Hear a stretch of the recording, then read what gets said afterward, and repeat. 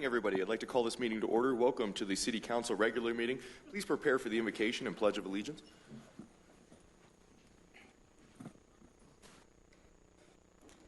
Our gracious Heavenly Father, we thank you for this evening. Thank you for bringing us together to do the business of the city. I pray, Father, that you would be with us this evening, that you would give us wisdom and insight, and Lord, help us to accomplish your purposes in the best interest of the city. These things we ask in Jesus' name. Amen. I pledge allegiance to the flag of the United States of America and to the republic for which it stands, one nation, under God, indivisible, with liberty and justice for all. Thank you. Will the clerk please call the roll? Yes, sir. Members Olson? Good evening, everybody. Barentine? Here. Gillett? Present. Martinez? Here. Russell? Present. Yates? Here. And Mayor Jefferson? Here. All 7 present. Thank you. Moving on to agenda item 5, this is consideration of minutes of previous session. I would entertain a motion at this time. Mayor, I move we approve the 15th of May minutes as presented. Second. Thank you. Comments or amendments? Councilmember Barentine. The vote for the supplemental appropriation, do not believe is correct. Thank you. What item is that, ma'am? 11C2. Let me look it up. Thank you. I'm looking as well. I think Got 11C2 as I'm looking at 7-0 resolution for year end. It should have been 5-2 in your recollection. Is that correct? correct. When I listened to it, 2 hours and 54 minutes and 10 seconds into the tape. Thank you. For a modification, I assume we would need a motion. Thank you. Would you go ahead and make that motion, Councilmember Barentine, to modify our record to reflect that vote? I'll make a motion that we modify the minutes to reflect the vote on the appropriations for 11C2 be 5-2. And the 2 against would have been Councilmember Barentine and Russell. Is that correct? That's correct. Thank you. Do we hear a second? Second. Thank you. Further comments on this amendment? Seeing none, please vote on the amendment. All votes have been cast. The record shows 7 ayes. Thank you. Now we're going back to the original motion as for the approval of the minutes now as amended. Any further comments? Seeing none, please vote as amended. All votes have been cast. The record shows 7 ayes. Thank you. Let's move on to agenda item 6. This is recognition of scheduled public comment. Tonight we have several speakers. Our first speaker is May Nicholl, an Englewood resident, addressing council regarding Englewood history. Good evening, Mrs. Nicholl. And on deck is Coween Dickerson. Good evening. My name is May Nicholl, and I live at 4740 South Lupin Street. As an Englewood citizen for 63 years, I feel a responsibility and a duty to my city to speak up. I spoke on May 15 concerning Mr. Parsons' false statements in relation to the 1915 historic Englewood train depot. What never gets mentioned is that Mr. Parson also received Englewood City Park land in that deal. At the time when the EHPS was interested, a former councilman snapped his fingers right in my face and said, "Just show me the money." That land is worth $300,000. But he and other council members, with the exception of Mr. Gillett and Mr. Jefferson, were all willing to sell it for $30,000, the building and the land. Who was looking out for the citizens in that deal? Our citizens are beginning to complain about the train depot and the restoration that was promised. It will be 4 years that Mr. Parson said he could restore it immediately, and he now denies that. Mr. Parson was at the May 15th council meeting trying to explain to council all the many reasons he has not been able to do to the restoration of the depot. Councilman Gillett said, "I recall you telling us you and your wife had $300,000 to restore the depot immediately." Then Mr. Parson denied again that he never made that statement and said, "People are saying that, and it isn't true. The contract I signed with the city said I only had to have $100,000 to start the restoration. That makes it even worse. The city didn't even hold Parson's feet to the fire at $100,000. that he didn't have, let alone $300,000. Where in the world were our former city leaders and staff who allowed this to happen to one of our few most historic buildings left in our city and did not protect it as their duty, but they gave it away, and now we are in a pickle.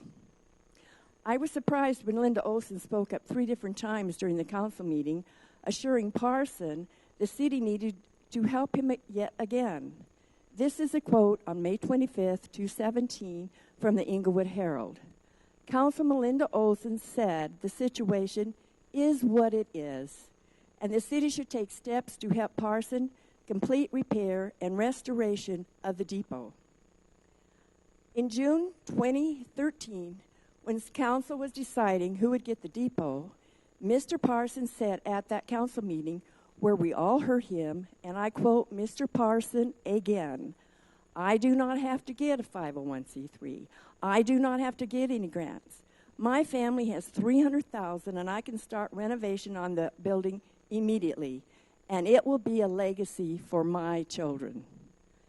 Chills went through me. For generations, our citizens thought the city was going to restore the depot into an Englewood History Museum for saving our Englewood legacy, not the legacy of Parson's children. Let me remind you that Parson is not an Englewood citizen, but a resident of Denver. After our city restores the depot, as Olson has suggested, and helps Parson again, he can still sell the depot and leave that huge legacy to his children. As I walked back to my seat, Mr. Parson turned his head with an angry look on his face and mouthed to me, "You are not telling the truth." Olson asked, "Isn't there a way we can tell who really is telling the truth?" Councilman Gillett looked up the council meeting and said, "I will read to you what Mr. Parson said in his own words," and he did that. And then he said, "She is telling the truth," meaning me. Since August 2013, folks have been asking about the depot. Mr. Parson received the historic depot by untruths and by deceitfulness that has hurt our city. Rewarding Mr. Parson for his dishonesty is not showing the leadership our citizens respect from our leaders. Just remember, 2 wrongs do not make a right. You lie to get something from the council you want, and then you get bailed out by the council for lying. And our citizens and our city loses. It is my wish that all you council members honor our Englewood citizens and our children's legacy, rather than Mr. Parsons and his children, with no ties for saving our rich city history.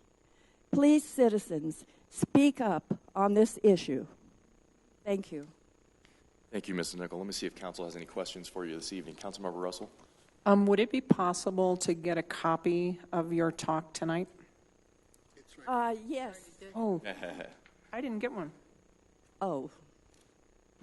You didn't get one? I stole it. Didn't make it to you. I bet. Thank you. Any further questions for Mrs. Nicholl? Seeing none, thank you, Ida May, for being here and speaking tonight. Our next speaker is Coween Dickerson, an Englewood resident, is present to discuss charter use tax and communications. Good evening, Mrs. Dickerson.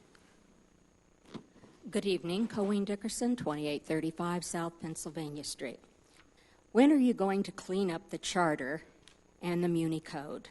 There are many egregiously unconstitutional ordinances and misapplied and selectively enforced ones. One of them is the way you tax or don't. While the charter exempts government entities, churches, and schools from taxation, especially use tax, it also allows you to tax the construction material via use tax. However, you have exempted many businesses and developers while charging Littleton, the City of Littleton, and Englewood schools use tax. Notably, you exempted the apartment complex built close to Broadway to the tune of over $250,000.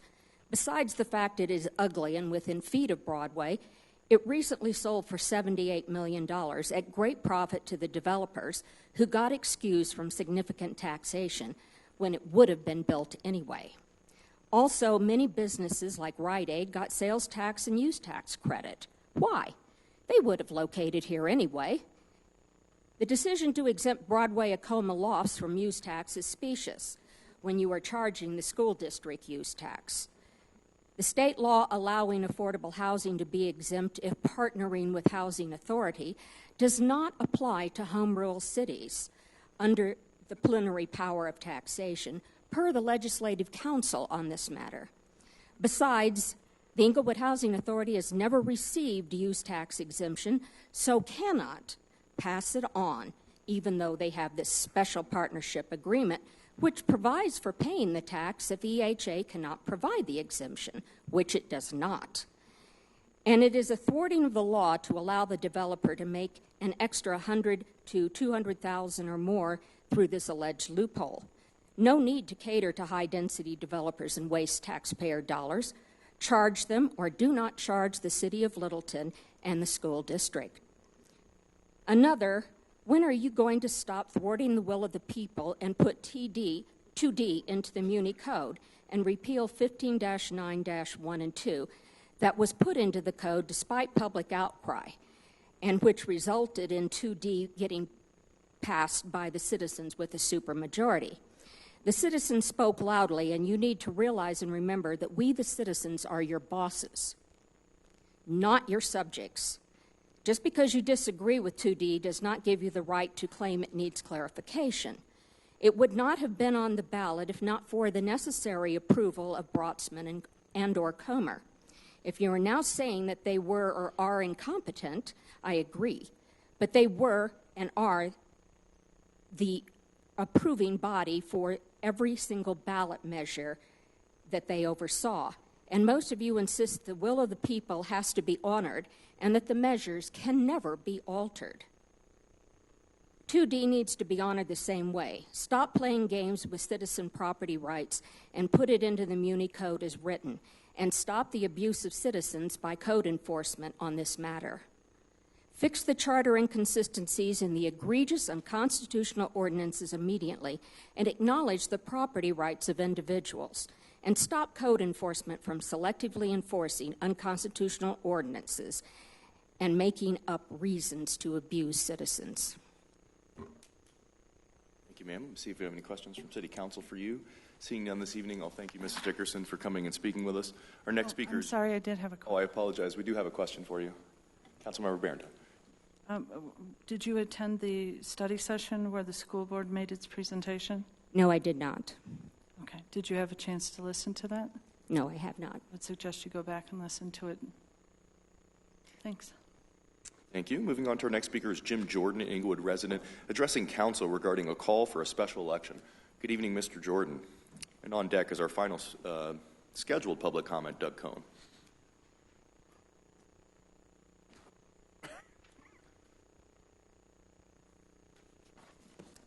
Good evening. I guess getting to wear these microphones is part of old age, or these earpieces. They always said that your golden years when you get over 70, and what they were talking about is the amount of urine samples you give to your doctors. I could think about three other things I'd like to talk about than what I'm going to talk about tonight. But I listened to Item A and I talked to other people. And what I've decided, even though I don't have the amount of time necessary to afford to do it, I'm going to go out and put a drive together to get signatures to put a special election together to do right of eminent public domain for the depot. Quite honestly, Mr. Parson has no clue what he's doing, honestly. When I was with Englewood Historic Preservation Society, looked at the depot, we brought in a structural engineer. And if it keeps going the way it is now, that depot will not be standing within the next 5 years. There is a lot of problems with that. Number one, it was built on an artificial hill.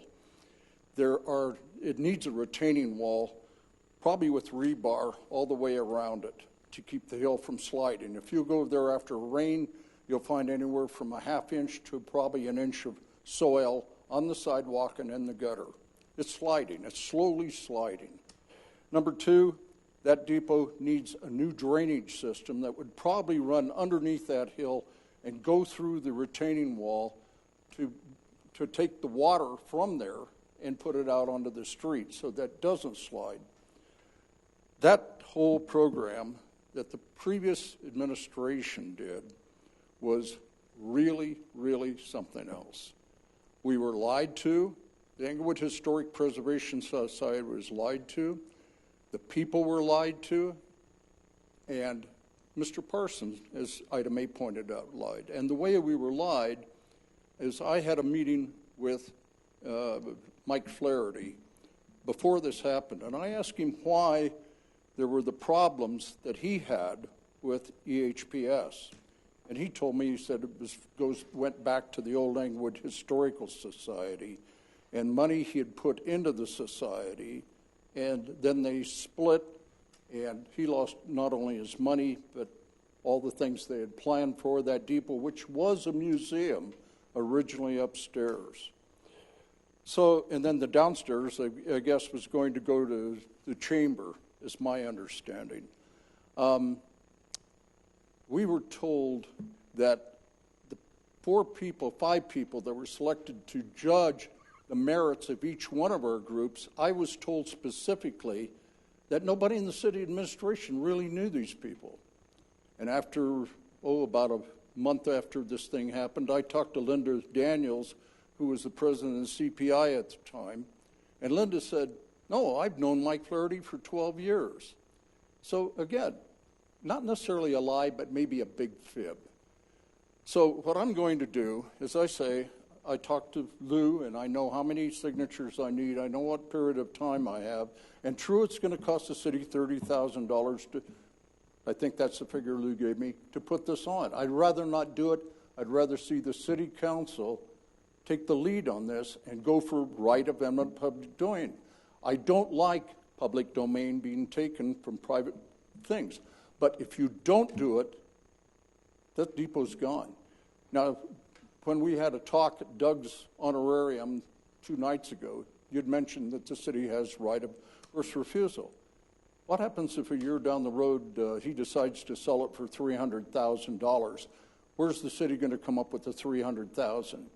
You have an opportunity to get grants if you take that depot.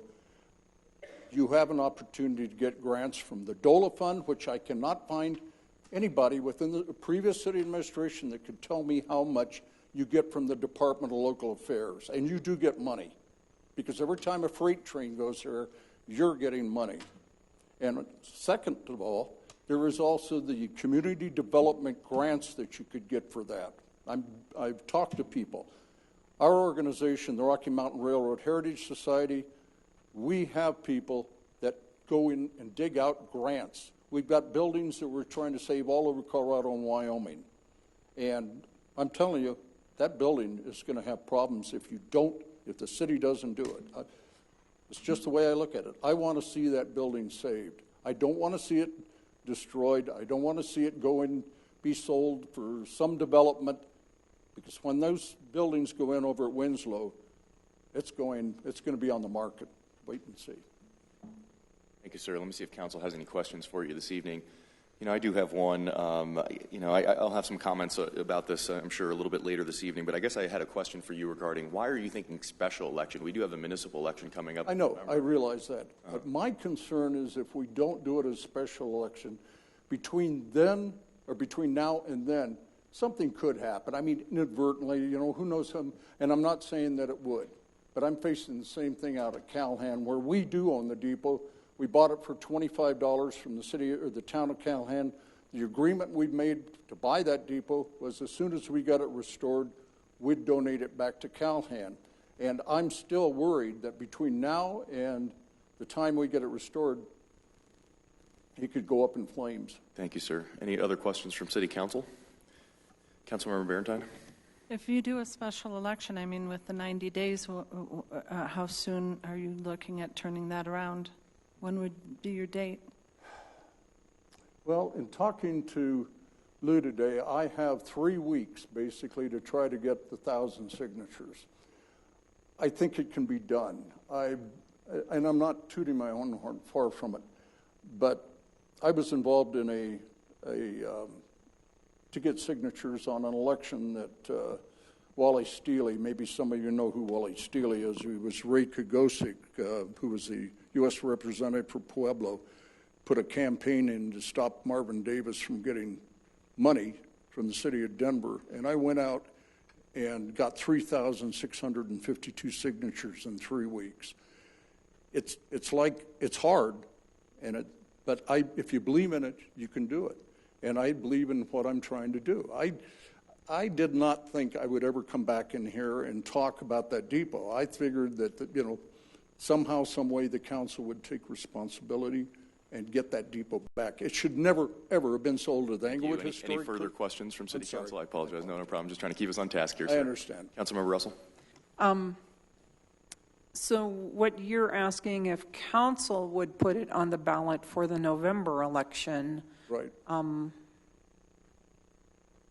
council could do that also, but it still would be in the hands of the constituents. Right, absolutely. As I said, the city needs to own that depot, period. Never should have been sold to anybody. But it was, and we're facing it where we're at today. Thank you. Okay, thank you. Further questions? Councilmember Barentine? Could you present council at least with the question that you would want us to put on? I would put something like this that... Well, let me put it this way. sorry. Since you're going to do a petition anyway, will we be getting a copy of the petition language once he puts it on? Thank you. Yes, ma'am. Well, I guess we'll get it anyway. Okay. Any further questions for Mr. Jordan? Seeing none, thank you, sir, for coming and speaking with us this evening. Thank you. Our next speaker is Doug Cohn, an Englewood resident, addressing council regarding historic preservation. Good evening, Mr. Cohn.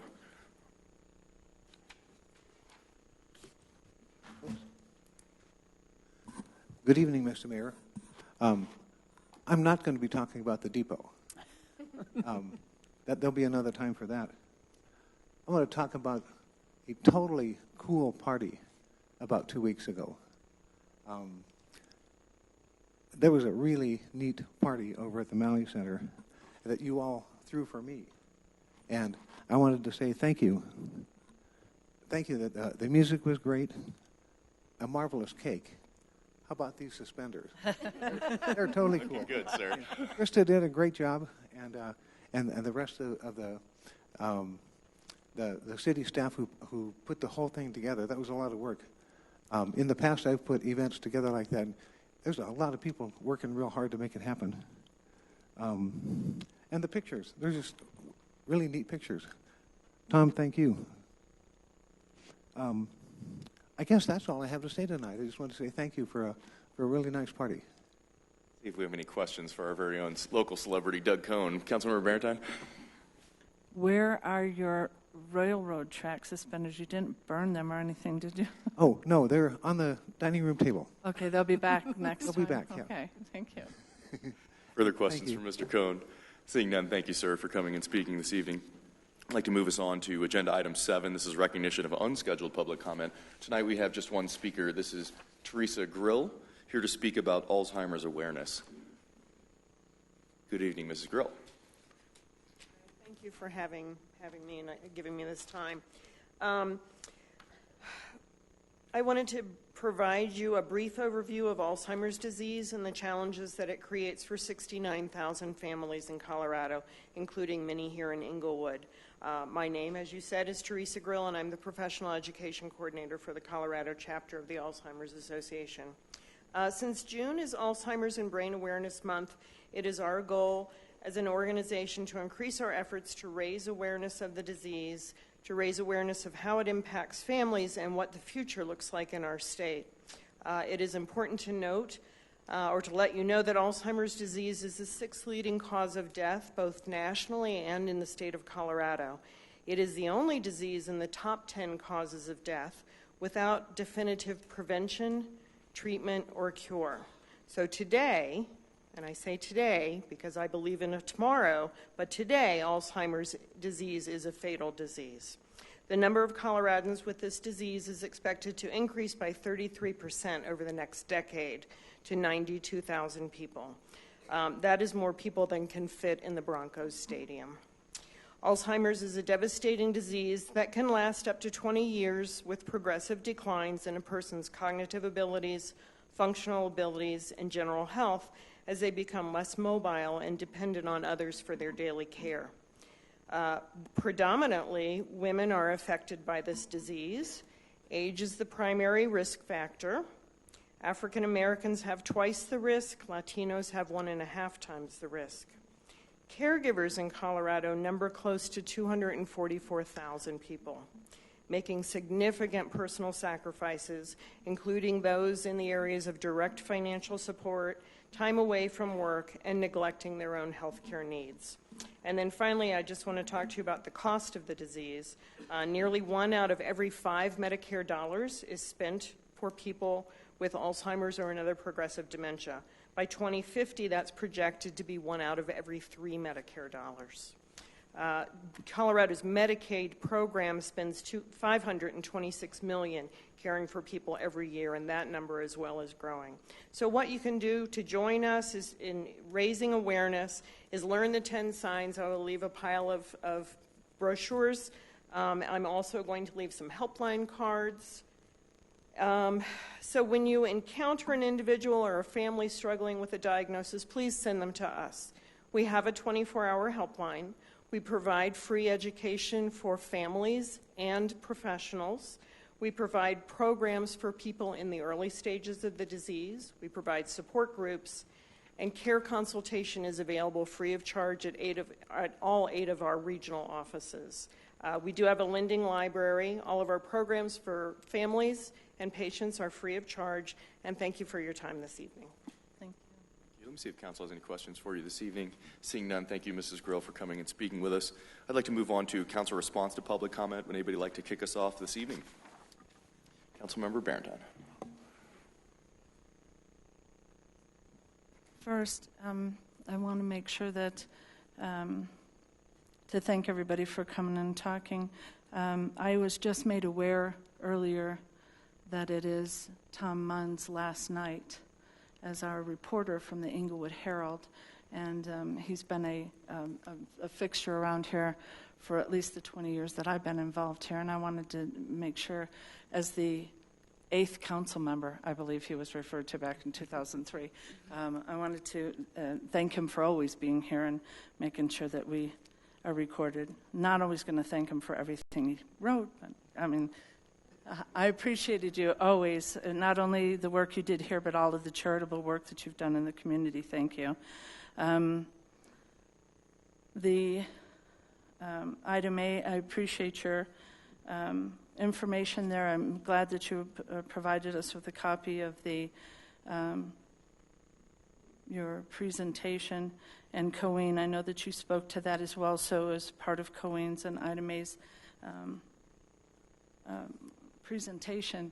If anybody here, and maybe a lot of you were, or watched it online, I believe the study session a couple of months ago, I was very proud of Councilmember Rick Gillett and Councilmember Olson for bringing up the issue of the depot. They are the ones who brought up the issue of the depot and the concern of the state that it was in and what was going on with that, and that the city, that we need to do something about that. That is an issue that's near and dear to my heart. I was very instrumental in the Save Depot Parks, the Englewood Parks petition drive. The citizenry spoke very loud and clear. It was unfortunate that the council sold that property prior to that vote going in. That would have stopped that.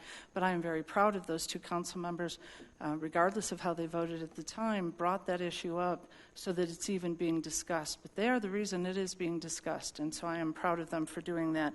But thanks for the additional information and filling in on that and continuing to bring that to our attention.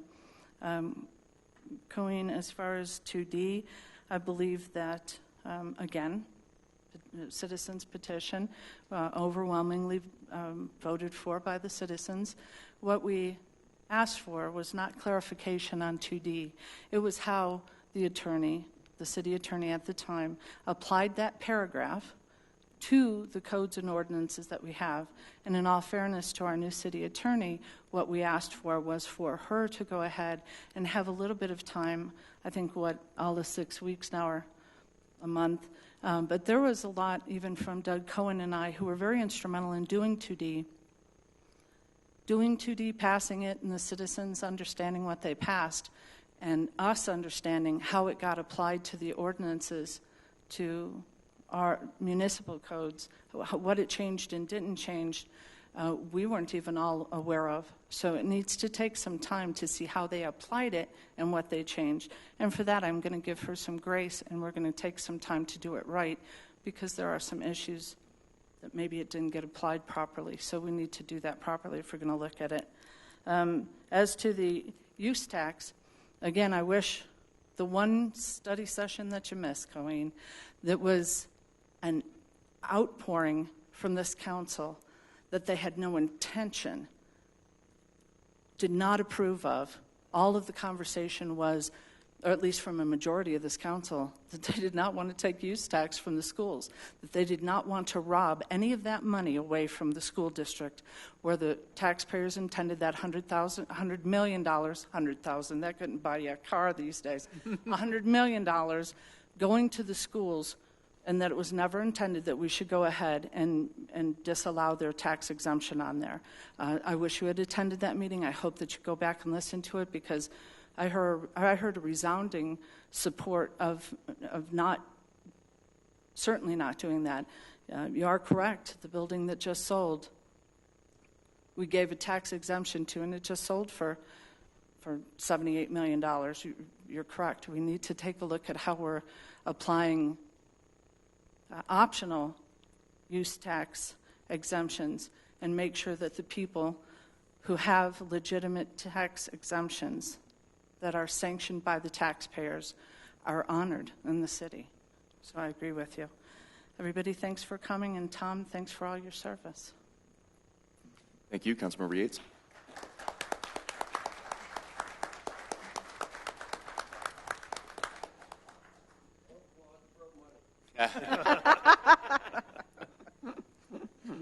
Don't at least give me that. It's the one time I get an applause after I talk. Come on, Tom. You deserve that very much. Tom, you've been at many events that I've been at over the past 20 years. So I'd like to thank you for all your service to our community. This is for Eric. I noticed you got the business card for the Alzheimer's lady. Would that be something that we might put into our publication that goes out to everybody? Yes, sir, we can do that. Okay. And one point of clarification, we did have that study session where we talked about use tax, and there was a consensus among council that we need further information to study this to determine if it's 0, 50%, or all. There's more to this subject than just a knee-jerk reaction. Okay. Mayor Pro Tem Gillett. Mr. Mayor, I want to thank everybody for coming out tonight. I thought there'd be some more people here tonight, but I don't see them. So I want to thank Ida May for your passion for the depot. Where's Ida May at? Where'd she go? She left. She left? Oh, she'll be back. Well, then I can talk bad about her. No, I'm joking. No, I want to appreciate her passion. You know, in my nearly 8 years of serving on this council, that is one of the three of the hardest, heartbreaking things that have happened that I just, you know, when you come on council, you think you can control things and get things done, and sometimes you realize that it goes a different way, and that's one that went a different way that that we were told at the time that it was a done deal, unreversible. So I would like, Mr. Jordan, I love your thinking on this, but I just want to make sure of the legality of it, because I don't think we could just take a property to take a property because we didn't like the way. So I would like some more information and see how that goes. And I know our city attorney is swamped, and it would be interesting to find out if something like that's even possible. I would hate for you to waste your time to find out that it was unconstitutional, and then we've wasted our time and your time. So my goal is, yes, I lost and it didn't go my way, but now I'm hoping that they get it fixed up and they do the right thing and they restore it. I was still hoping that I'd drive by today and see the paint on it, but it hasn't happened yet. So we could really urge him to take care of this property. So, Jim, I'm with you and with Ida May. I would love to get that back, but then we have to decide what we're going to do when we get it back, where that money's going to come from. It's a whole other discussion. So right now, at this point, I'd rather just see it be taken care of and be done correctly, like you said. Mr. Cohn, I miss your crown tonight. You're going to be, for those of you who don't, Mr. Cohn is our Citizen of the Year, and he received a crown at his ceremony 2 weeks ago, and it's a crown that I hope to see him in again. So it is. It is not a pretty crown, but it is cool. It is sort of different. And Ms. Dickerson, thank you again for coming and speaking. One of the things I'm sure you don't mean to do is call a place where people live ugly. I've met some residents that live there, and they are so excited about living in that unit. They love it there. They're happy Englewood citizens, and I just want to make sure that I don't let that go with the residents that I've met there. Say you live in an ugly place. I think it's a beautiful place. It may not be your taste, and we all have different tastes, but I'm sure you didn't mean it that way. And as for the Alzheimer's, I appreciate so much you bringing that information. My mother died of Alzheimer's about 3 years ago. Alzheimer's dementia, so that impacted our family deeply. And what happens is, and what they don't say is, when a family member goes through that, the other family members wonder, am I next? And how can I avoid that? So it's one of those things we need information on. So I deeply appreciate you taking the time to come out and bring that wonderful information, and hopefully it'll be helpful to somebody. And that's all I have tonight. Thank you, sir. Councilmember Wilson. Councilmember Russell. I would like to thank everyone who came out tonight. Ida May, I greatly appreciate you addressing the issue of the depot again, and I do have a copy of your talk now. So anyway, I appreciate that. I also appreciate, Coween, your passion. I agree that there is a lot that the new city attorney has to address, and it's just going to take some time to address those issues. And Jim, I want to thank you for coming out tonight too, and I greatly appreciate it. And I agree that you probably could go ahead with your wording and turn it into the city clerk, because logistically, I believe the city attorney is supposed to be checking everything for wording anyway. So I just thank you. And the truth is, I'm sitting here tonight because of that whole issue with the depot. I cannot tell you how frustrating it was to me the night that they sold the depot. And I felt like the only way I was going to make a change was to get on city council. And so I worked very hard, and I'm not willing to let this go just yet. I don't know what it's going to look like. But just thank you for keeping that before us. And if you weren't able to come to the Citizen of the Year party, it was a totally cool party. And Doug, we just want to thank you and congratulate you again. And I, too, am very thankful that Theresa Grill came out to speak about Alzheimer's. One of our very close friends has just been diagnosed with it. And it is, very troubling. And Tom, I'm going to miss you. Thank you so much. I haven't been on council very long, but I just appreciate you, and best wishes to you. Thank you. Councilmember Olson. Thank you. I won't comment on the other things that I already said for everyone because they're well said, and just wanted to address the depot again. It is true. I actually am the only one up here who voted to sell it. Rick did not. Thank you, Councilmember Barentine, for thanking us for bringing this up, but he did not. I did. And so this is one of those things where you look back, and Rick has a few. All of us probably do. I think you had one when it came to sex offender distancing. After the fact, you realize, wow, that didn't go as we planned. And at the time, I thought it was the right decision. Given the information I had, I probably would have, still made it. But it's not turned out the way we wanted it, and that's why I brought it up. Last year I asked about it. I asked our attorney to ask what are all the things that could possibly be done to make this move along, and that was why I brought it up again. And apparently the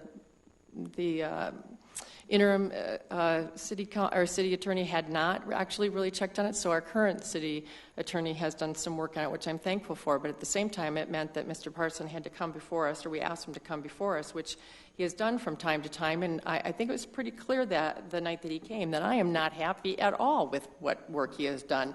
The reason why I said it is what it is we can't do anything until we find out what legal options. We have to do something differently. If what you're suggesting works, great, let's do it. I'm all for it, and I've said that, and I don't know if that bothers you, Ida May, that I actually can admit that we gave it to someone who can't perform, and I'm not okay with that. I like historical buildings. I thought it was a great plan for it. I still think it would be a great plan for it if he could pull it off, but I thought his performance a few weeks ago showed us he still doesn't have it together, and he doesn't have the money to do it, and he needs help. He needs the city to help him walk through the project, and that is the responsibility of the city to do that. That is not asking the city to do something that we aren't supposed to be doing anyway. So I would like to see us putting the pressure on, continue to do it.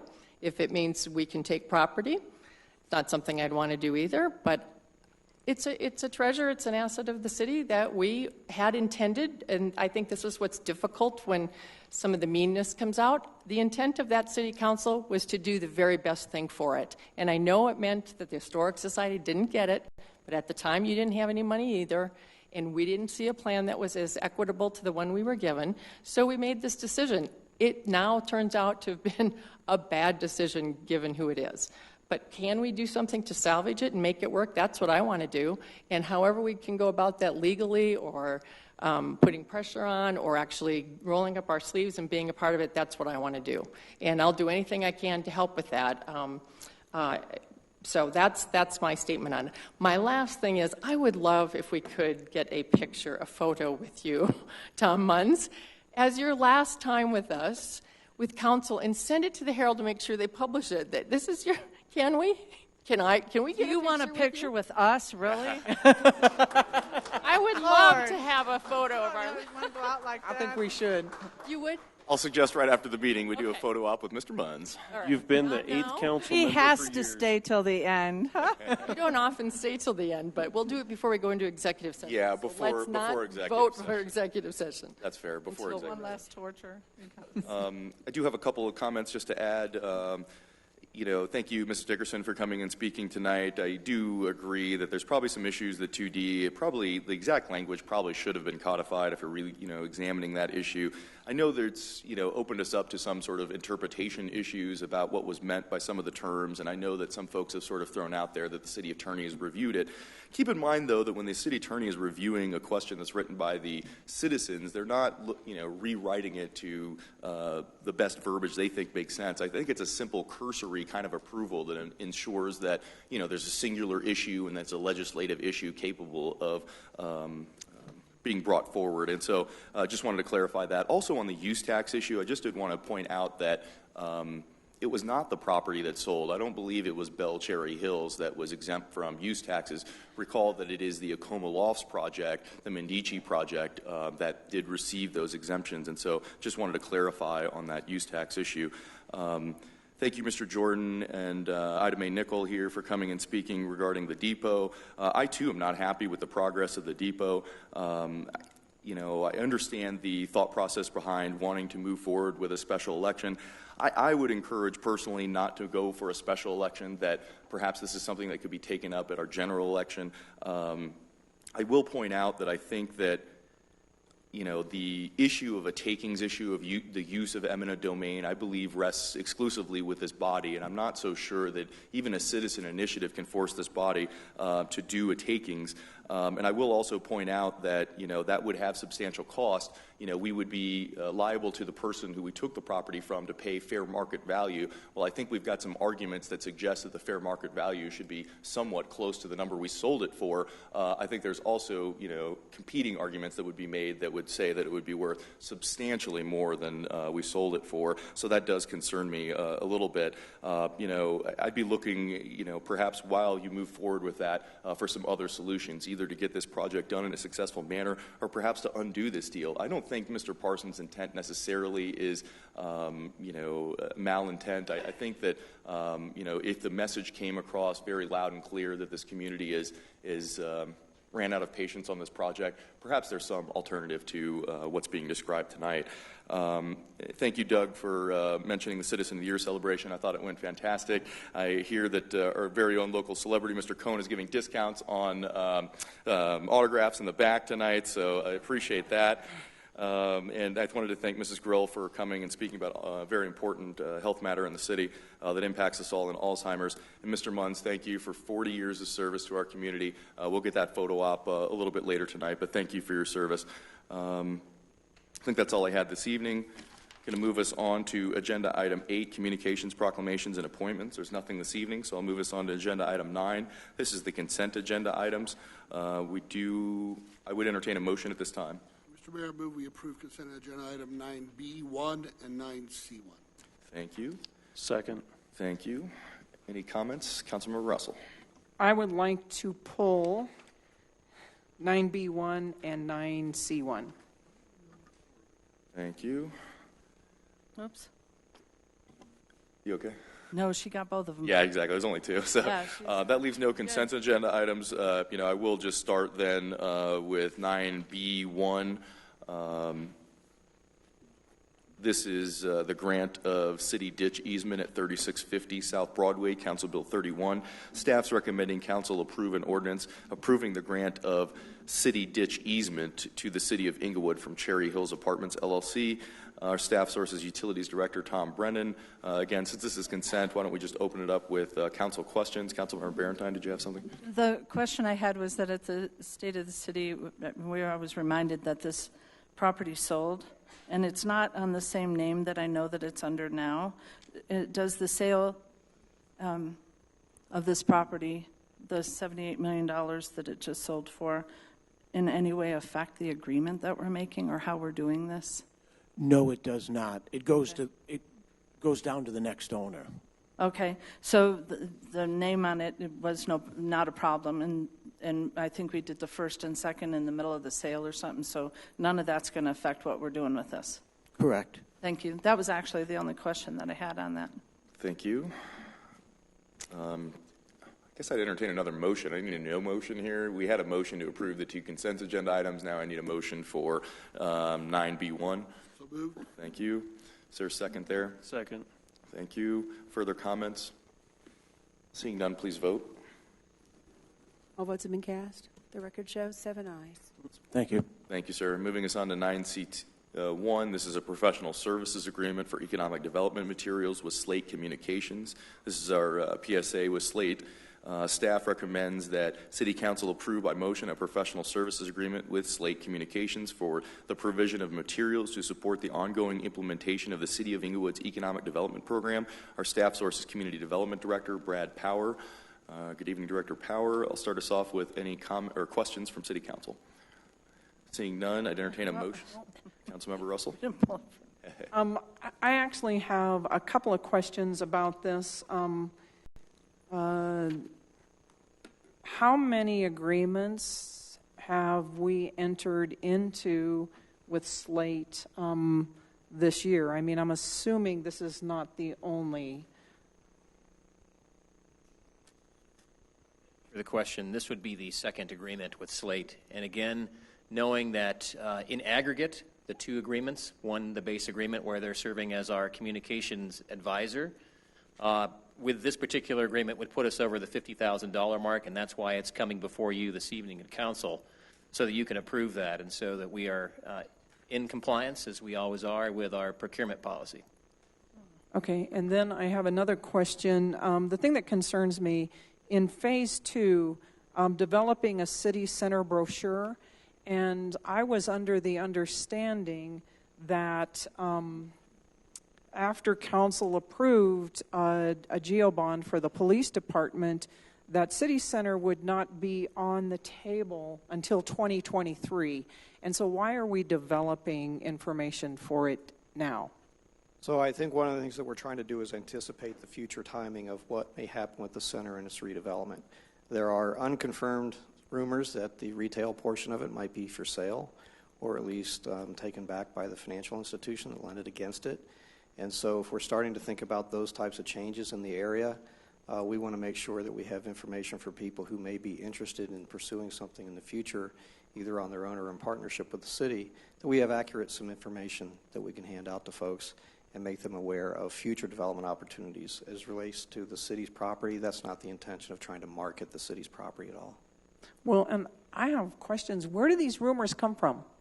I mean, I've seen a lot of rumors in the last week, and I'm just curious to know where the rumors are coming from. I will tell you, to be real honest with you, I did talk to a person that had gotten information from a staff person in the city that we would be looking at the sale of City Center in this fall. Manager Keck would like to interject some comments. I can clarify both of those. You're talking about Mr. Rushmeyer. Mr. Rushmeyer has been deeply desirous of representing the city in the sale of this building, and I told him very clearly, and can produce that in writing as well from emails, that City Council has not entertained such a notion and would not, at least until the fall, be able to entertain what to do with directionally here. What I will say about rumors are, there is no rumor that Weingarten LLC is trying to sell the ground lease that is existent here. They have contracted with a commercial broker, and it's on CoStar today to sell the ground lease that they have with all the retail here at the Civic Center. So with that, that's not a rumor. And hopefully I just dispelled Mr. Rushmeyer's rumor with you that we are not talking specifically about selling this building. City staff has taken the direction of the council to let that ride and deal with that in its totality at a later date. Anything further, Councilmember Russell? Not right now. Thank you. Councilmember Barrington? Actually, the city manager, when you said that, you had spoken to somebody specifically about this, and that you said that we might be entertaining it in the fall, and then we're in putting this contract for an event that's this September. So no, actually, it made me more concerned with your explanation in there, that I don't understand why there's questions of issues that you say we put that in there for this reason, but those are not reasons that you brought to council to discuss, that they're being discussed with an outside company, being put in for them to deal with council never having this conversation that these were issues or problems that were going on. And I have heard from some people from chamber events still going on about this building. And then we see that in there, and it does bring up some concern that that's the direction we're headed again without a proper process. So, is there a specific question at this time? Well, the specific question is what he just said. I apologize. Hold on just a second. What did you say, Mr. Keck? Point of clarification. I think what our Community Development Director, Mr. Power, said, it was not in relationship to this building. It was in relationship to the retail and office properties owned by Weingarten LLC. Thank you, sir. I appreciate that. If I could just expand a little bit. If you don't mind, I'd like to go back to Councilmember Barrington. I'll come right back over to you. Of course. If you don't believe that I heard what you said in response to Councilmember Russell, please clarify that. The clarification that you gave for putting this into the contract, go and give that explanation again. So at the heart of it, you'll recall last fall we partnered with the Urban Land Institute to do a technical advisory panel for the entire area from the light rail station to Broadway. So we've labeled that area City Center, for lack of a better term. It includes the city property, includes some privately owned properties. All of those properties within the next several, 5 to 10 to 15 years are likely to be susceptible for market-driven forces for redevelopment. And what we want to do with this piece of the contract is insert some information that we can share with people who are visiting this area, potential developers who are looking at it in the future, and follow up on that specific part of the Urban Land Institute recommendation of having some type of consolidated information about what this center is, how big it is, what the zoning is, what the development potential could be in the future. It has nothing to do, and it was definitely not our intention, to have it be part of a marketing strategy for the city-owned properties. Okay, so the September event that's happening for City Manager Keck had nothing to do with the timing in your answer to say to whoever that guy is that you were going to revisit discussions on selling City Center.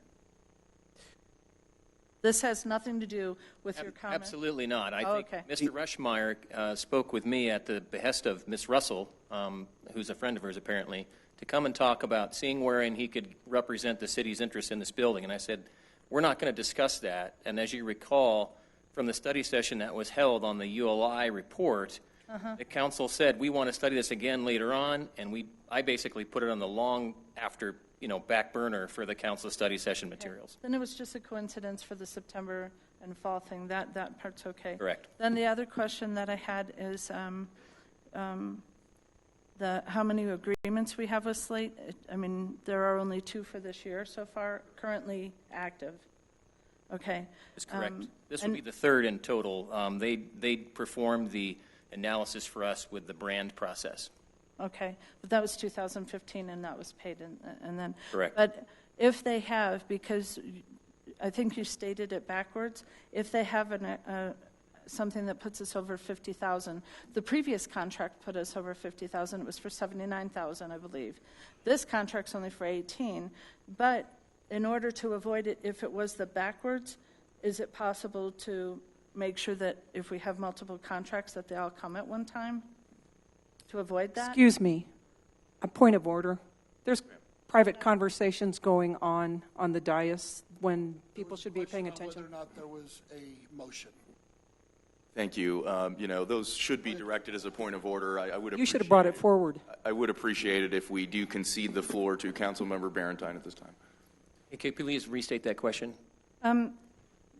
You stated in answer to her question on the multiple contracts, your answer was that this put it over the 100 or 50,000, and actually it's backwards.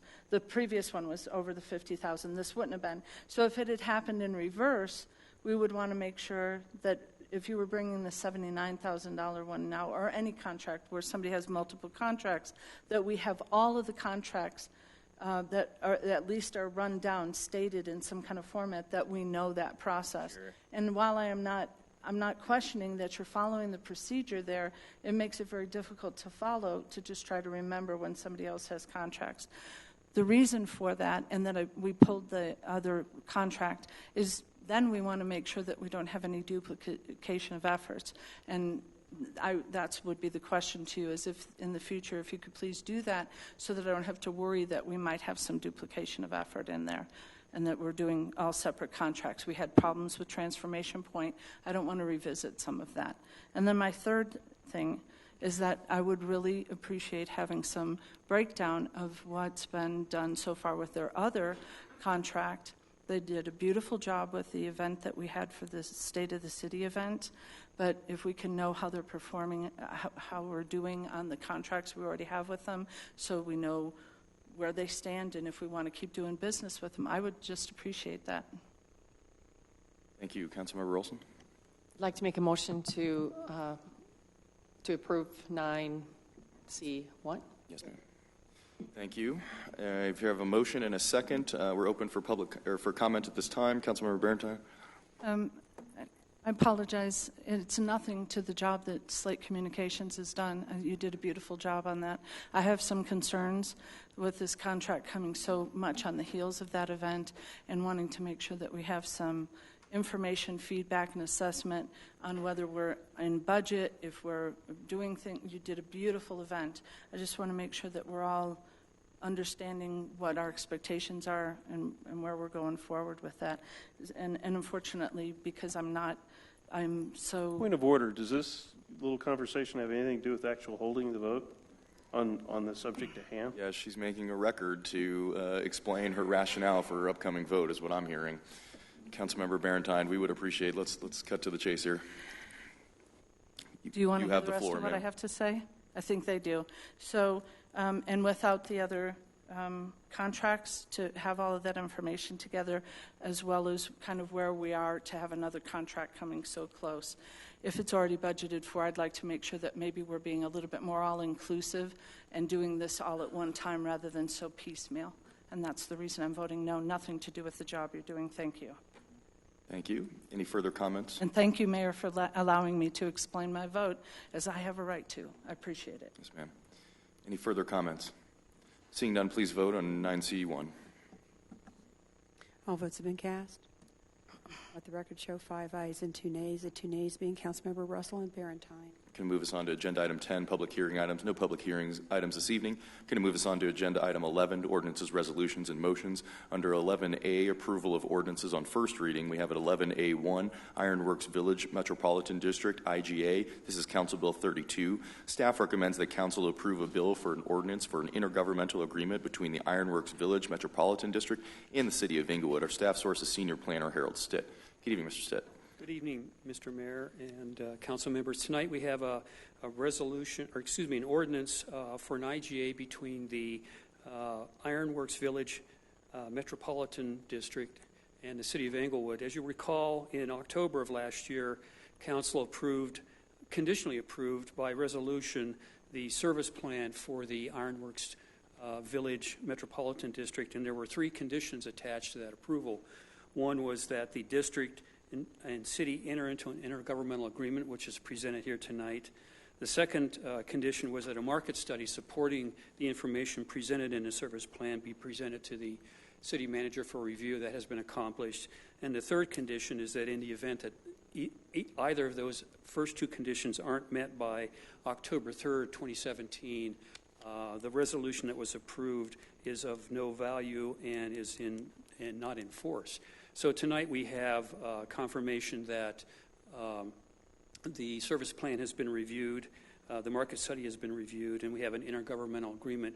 And what this will do is permit the Ironworks Village Metropolitan District to begin the process of providing services under that service plan and be able to collect taxes that they levy to pay for the services and infrastructure they intend to build for the project.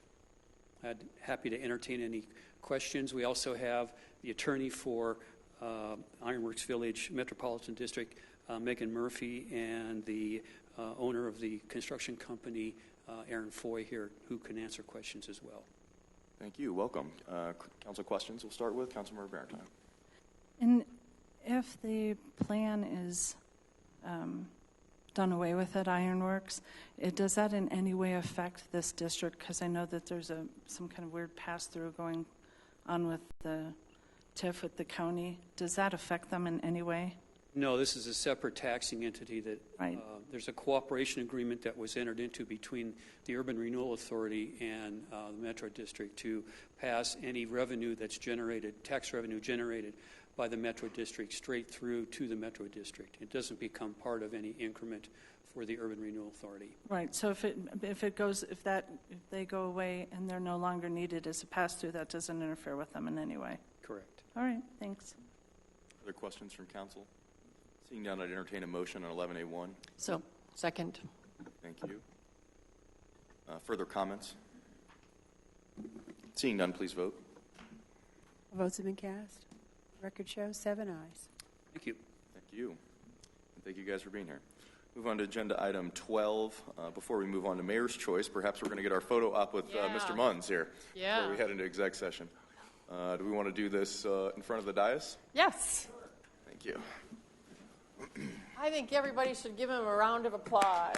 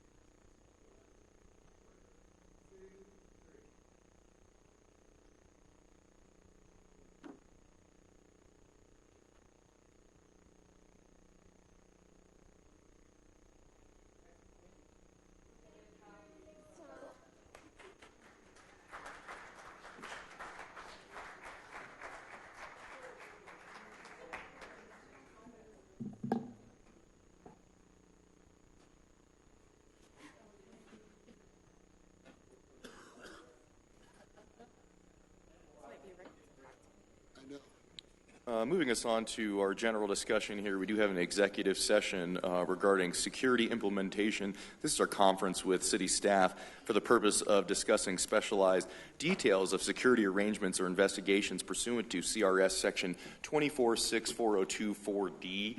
I apologize, I don't have my little script that we usually have when we head into executive session. I guess I would just entertain a motion at this time. So moved. Second. Did I miss anything, city attorney or city manager, you think, as far as my little... Would you list the attendees, please? Excuse me? Attendees. Yes, and so the attendees, you're going to have to help me out here, will be all of City Council, including council members Russell, Barentine, Olson, Yates, Martinez, Mayor Pro Tem Gillett, and myself, as well as our city attorney, Allison McKinney-Brown, city manager, Eric Keck, Assistant City Manager Murphy Robinson, and our police representative Sam Watson, Commander Sam Watson, and our Finance and Administratives Director Kathleen Wrinkle. And then Dan Long, sir. And our IT Manager Dan Long. Anybody else? That sounds like the entire crowd here this evening will be attending the executive session. I would entertain a motion to move us in. Did we get that already? Thank you. We had a motion and a second. Is there any comment? What's that? Yes, we will be coming back to finish up, member choice as well as the city manager and attorney's report. I'm very bad at estimating how long these things are, but I don't anticipating us being too long here, but I don't know that I've got much guidance beyond that. Please vote on heading into executive session. All votes been cast. Record shows 7 ayes. Thank you.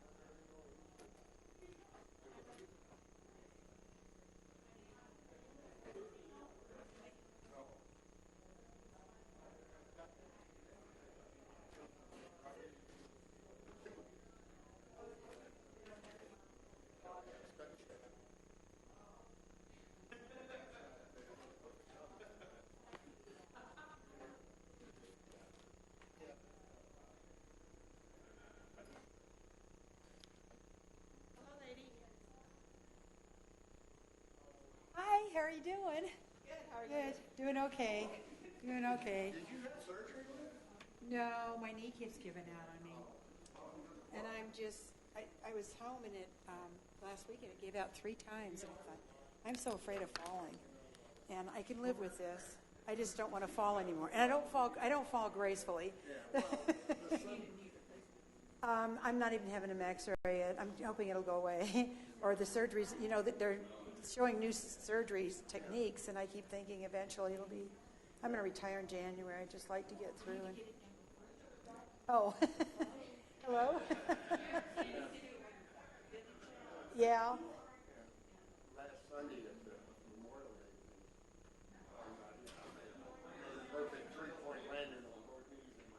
Oh my God, you did? Oh my God, I'm so afraid of it. I don't, like I said, as you get older, when you fall and you're little, they laugh. When you fall and you're older, they call the paramedics, and that's where I'm at. I know. You guys have a good evening.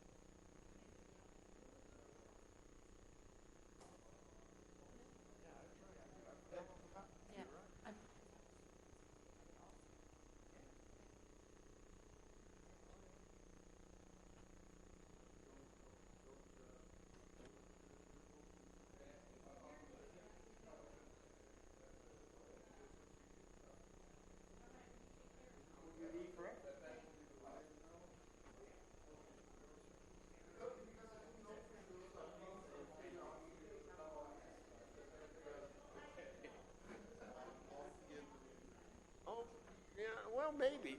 I'll probably email most of my stuff. Oh, no, I doubt that I'll go in there very often. I have to go in Thursday for a meeting. But otherwise, I have, that's 12 miles each way. I don't need to drive that just to show my pretty face. Okay, well, I'll see you around then. Oh, yeah. I'm sure I'm I will. sure you Yeah. will. Yeah. I'll be around Englewood. I'll still be, I mean, I still have friends here. I'll still come and see you. You know, I mean, okay. Yeah, I'll be covered.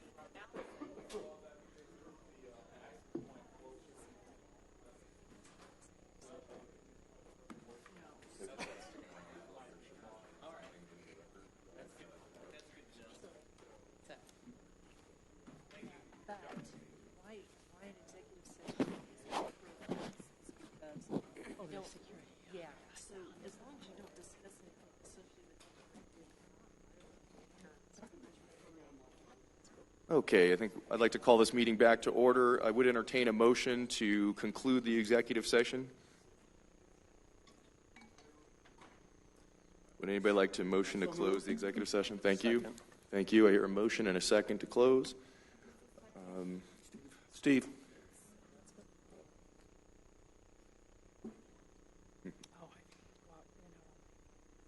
Thank you. The time is now 9 p.m. and the executive session will be concluded. With this vote, the participants in the executive session were council members Olson, Barentine, Russell, Yates, Martinez, as well as Mayor Pro Tem Gillett, our city manager, Mr. Eric Keck, our city attorney, Allison McKinney-Brown, our finance and administratives director, Kathleen Wrinkle, as well as Deputy Chief Sam Watson. For the record, if any person who participated in the executive session believes that any substantial discussion of any matters not included in the motion to go into the executive session occurred during the session, or that any improper action occurred during the session in violation of the open meetings law, I'd ask you to state your concerns for the record. Seeing none, please vote. Thank you. All votes have been cast. The record shows 7 ayes. Excellent. I move on to council member's choice. Would anybody like to kick us off this evening? Nothing tonight. Thank you, sir. Councilmember Martinez? Yeah, I have a couple things. Just wanted to send a shout out to Slate Communications for the great work on the new citizen newsletter and everyone on our team who helped put that together. It's really, really nice and it's great quality, and also a great turnout for the State of the City event. So big thanks to everyone who worked so hard to help put that together. Also, the mural at Zomo is finished and it looks really nice. I don't know if all of you have had a chance to check it out yet, but it was a great collaboration between Museum of Outdoor Arts, Culture Arts Commission, students at Englewood High School, and the city, and it's really beautiful, and it was cool to see that process come together. I was really happy to be a part of it. See what Keep Englewood Beautiful is having a cleanup event June 24th, 9 to 11, cleaning up the Bellevue Park area. We're meeting at the Canine Corral if anyone wants to come along. Tom is not here, but thanks, Tom, for all your service. We're going to miss you, and I hope you still come back and join us from time to time. Also, there was a great turnout at the Charles Hay groundbreaking. It was really nice to have so many council members there, and so many families were able to make it, even though the weather was not ideal.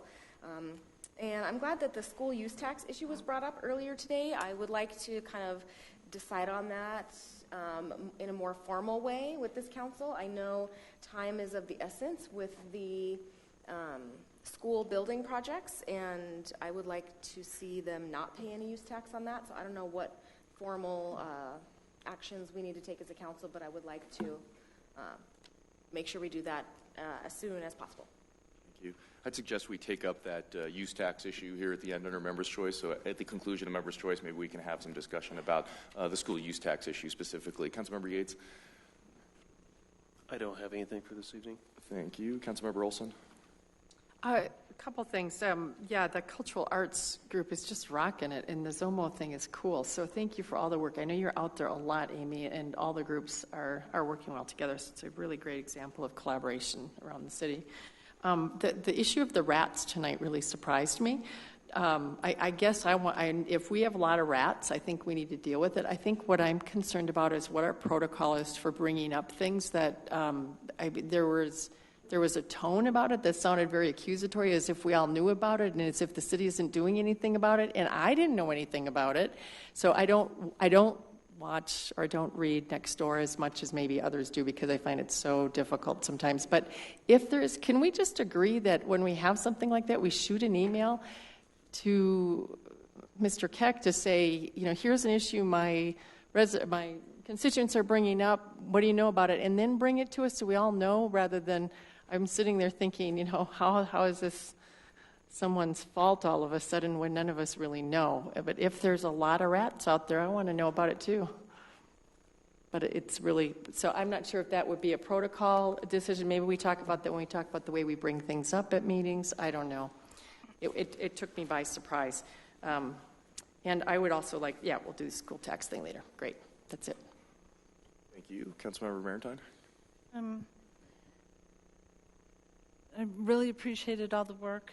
Thanks for staying Andrea, on the final Friday stuff, making sure that all that communication with the ACE committee is going on with all those businesses. Like I said before, there were waiting lines for some businesses, and for it to be the first event where there was no snow, it was really amazing.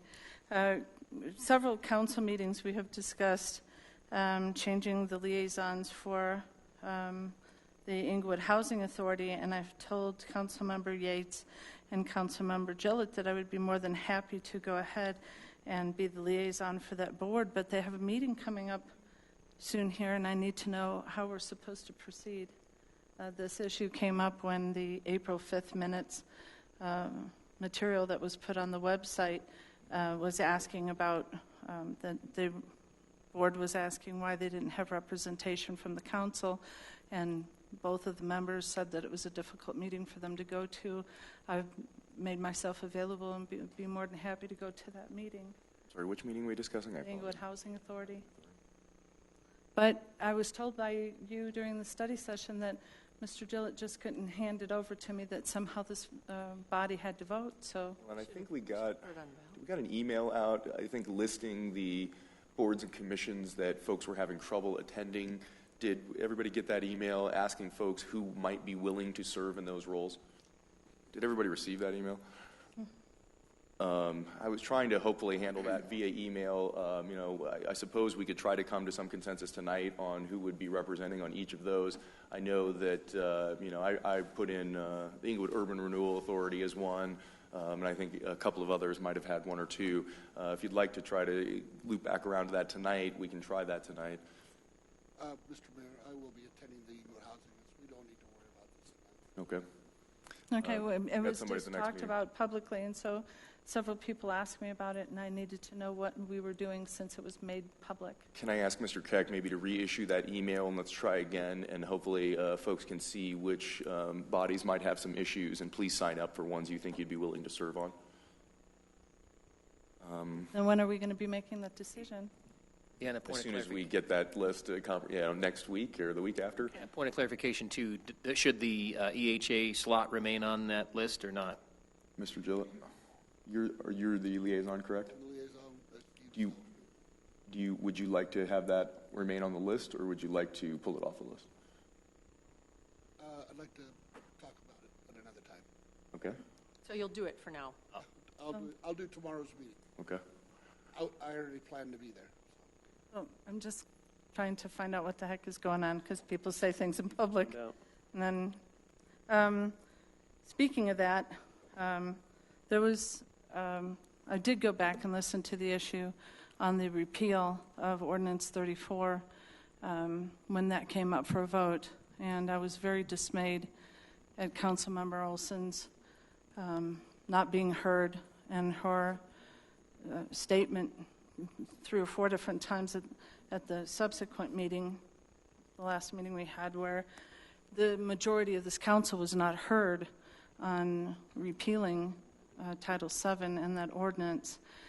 And it became very clear that we had a majority on this council that was in favor of repeal, and that we wanted that issue brought to this council. And I don't see it on the schedule. I don't know what happened. Correct. Perhaps I can respond to that. We did come to the mayor-manager meeting. I did get a memorandum or an email, I guess I should say, from the city attorney's office suggesting we lost that consensus. Perhaps others might like to make some comments regarding that, but, I think And I would suggest, I just need to ask the city attorney, that a consensus that is made in public, I'm not sure that a consensus can be undone privately. That concerns me. I was not made aware of that. And so if somebody can go ahead and make public statements, accusations that were not being heard, and then somebody takes that away privately, I'm very concerned about that. Ma'am, and I do believe that is probably my subjective call. I don't know that we have a policy that deals with that. This was something that, I made a determination on in conjunction with Mr. Keck, and we made a determination not to schedule it. If the other members would like to make comments, I'm happy to hear those at this time.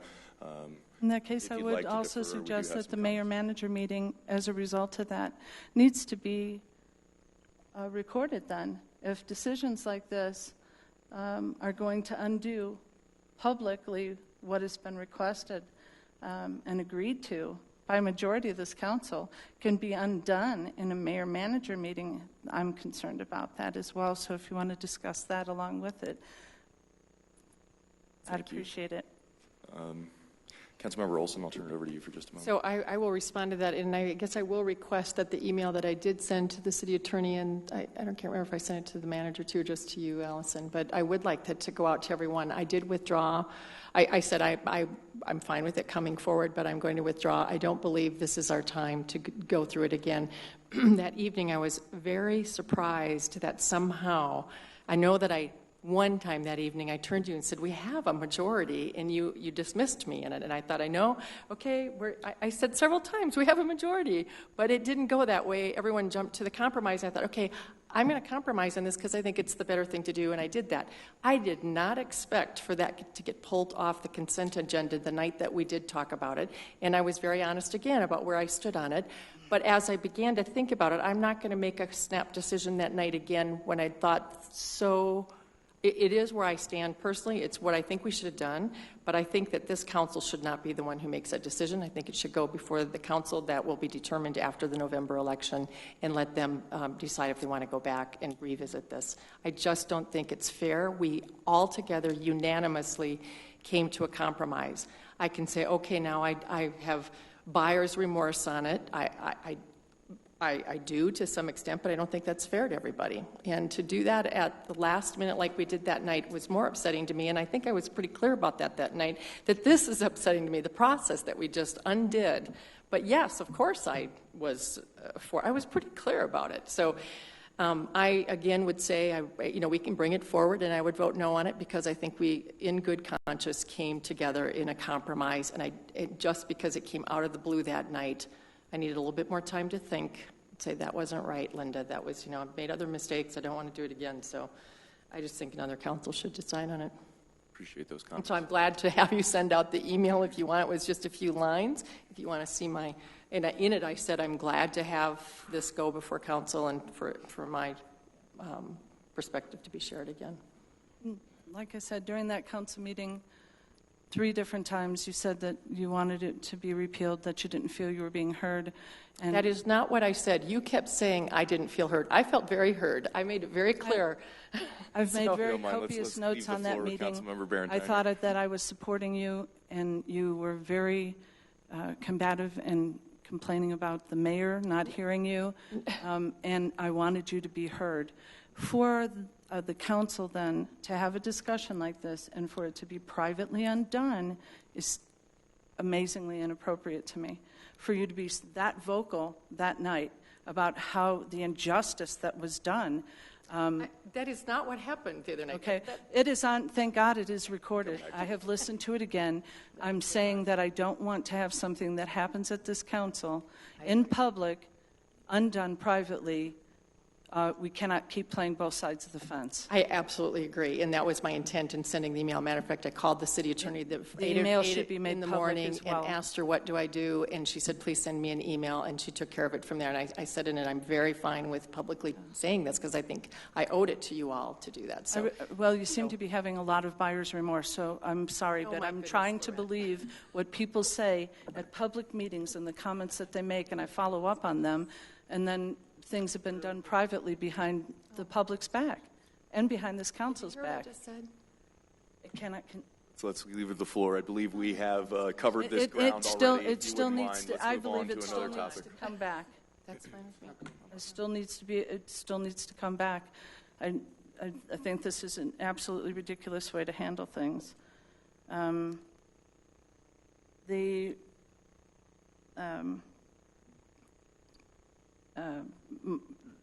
Information on transformation point, if I could just make a council request on that as well. I still haven't, we still are needing that report that happened. I think there was going to be some kind of determination on the report that was done with that money that we got.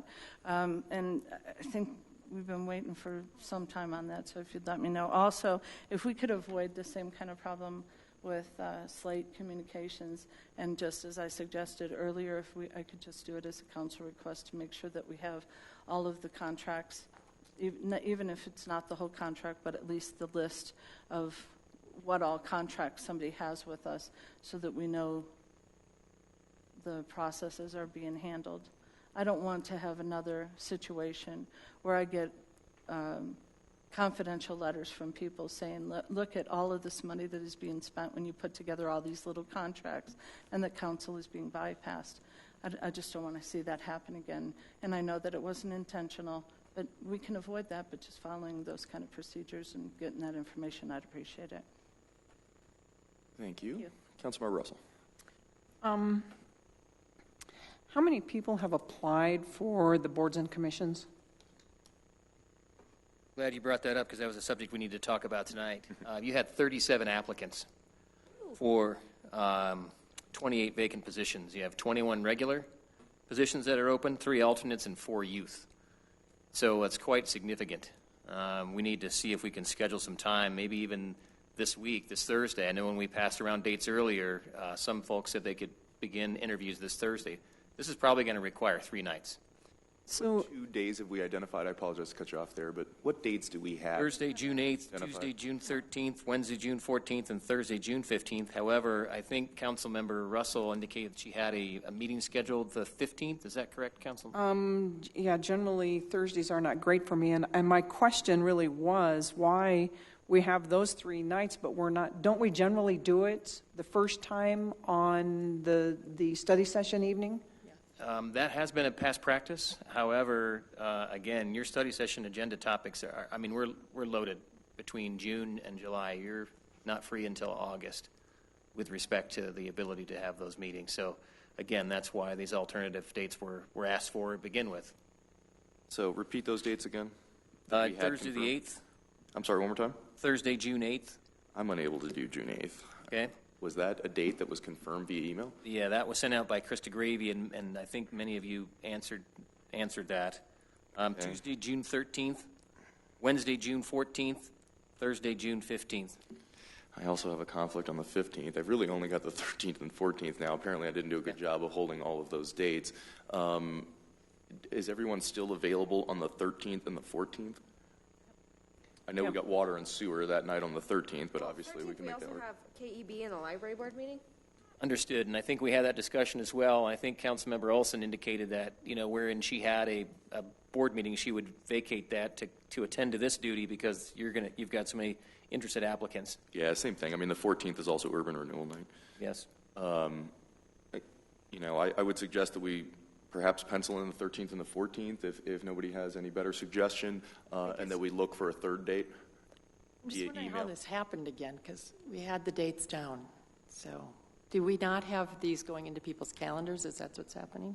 They're on the 2017 calendar of events. That's why I brought up this question. And I'm okay. Thursday I can make myself available. That's not a problem. But, it should have been on the schedule too. All the things that are on that Monday night, Yeah.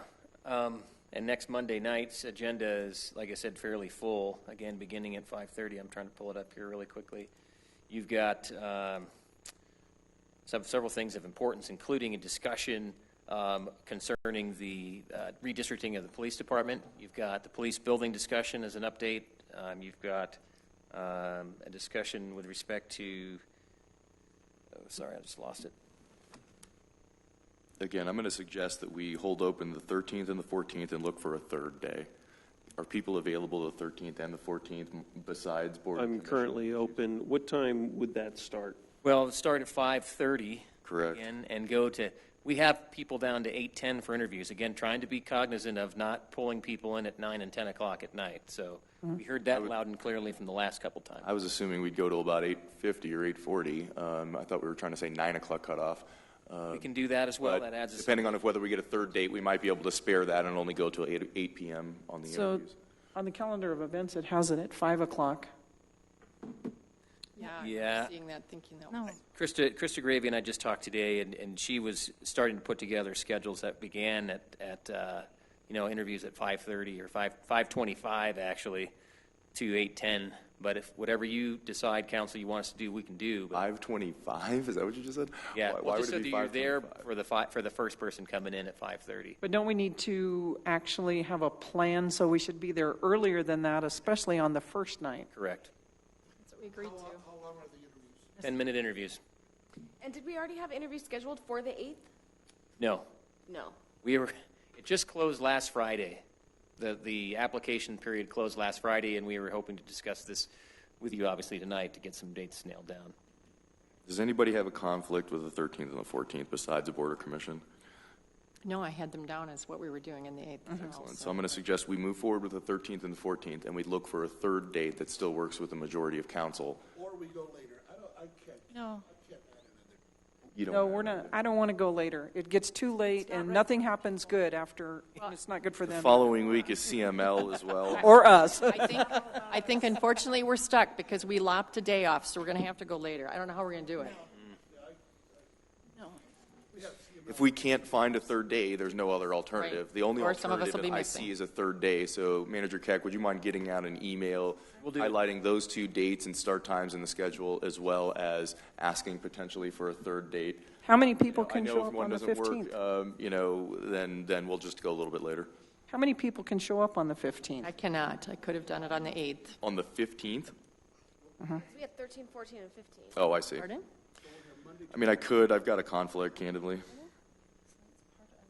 I think it's we all agreed that it was inappropriate to be asking citizens to be coming here after 9 o'clock at night. It's absolutely ridiculous. And the suggestion that got made is that we ought to cut the interviews short. So we ask people to care about their community, be involved, and then we go, yeah, but we don't really have the time for you. We're going to push you in and out, or make you come at some ridiculous Trying time. to problem solve this problem that we had did to problem take- solve it Can we get before. away from the editorial Again, comments? I'm going to suggest, just real quick, again, to pencil off the 13th and the 14th, and we're going to potentially look for a third date. If not, everybody from council can make it. Not everybody can make it, but we'll do the best we can here. Is everybody in agreement with that? Does everybody have any major comment with that? Okay. Question, Mayor, what time would you like to begin on those nights? Can people make it at 5, or do you want to do 5:30? I can do it at 5:30. It has to be at 5:30. I Start have at way too 5:30. many obligations I think that's to be reasonable here that for much. people coming too. Yeah, I would just not disagree. Thank you. Councilmember Russell, please continue with your member choice. Okay, that is taken care of. And the other thing that was on the agenda, I too wanted to talk about use tax, and I was intending to make a motion. I move that we do not charge the school board use tax. A second?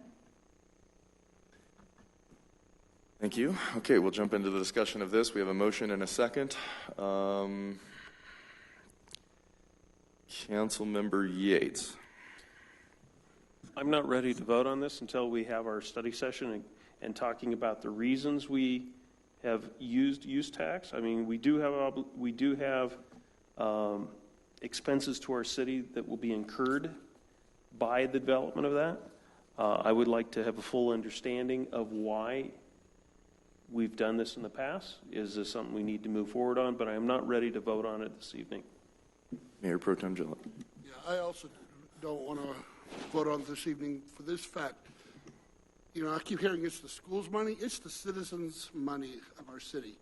The city has expenses for these projects. We have ADA access.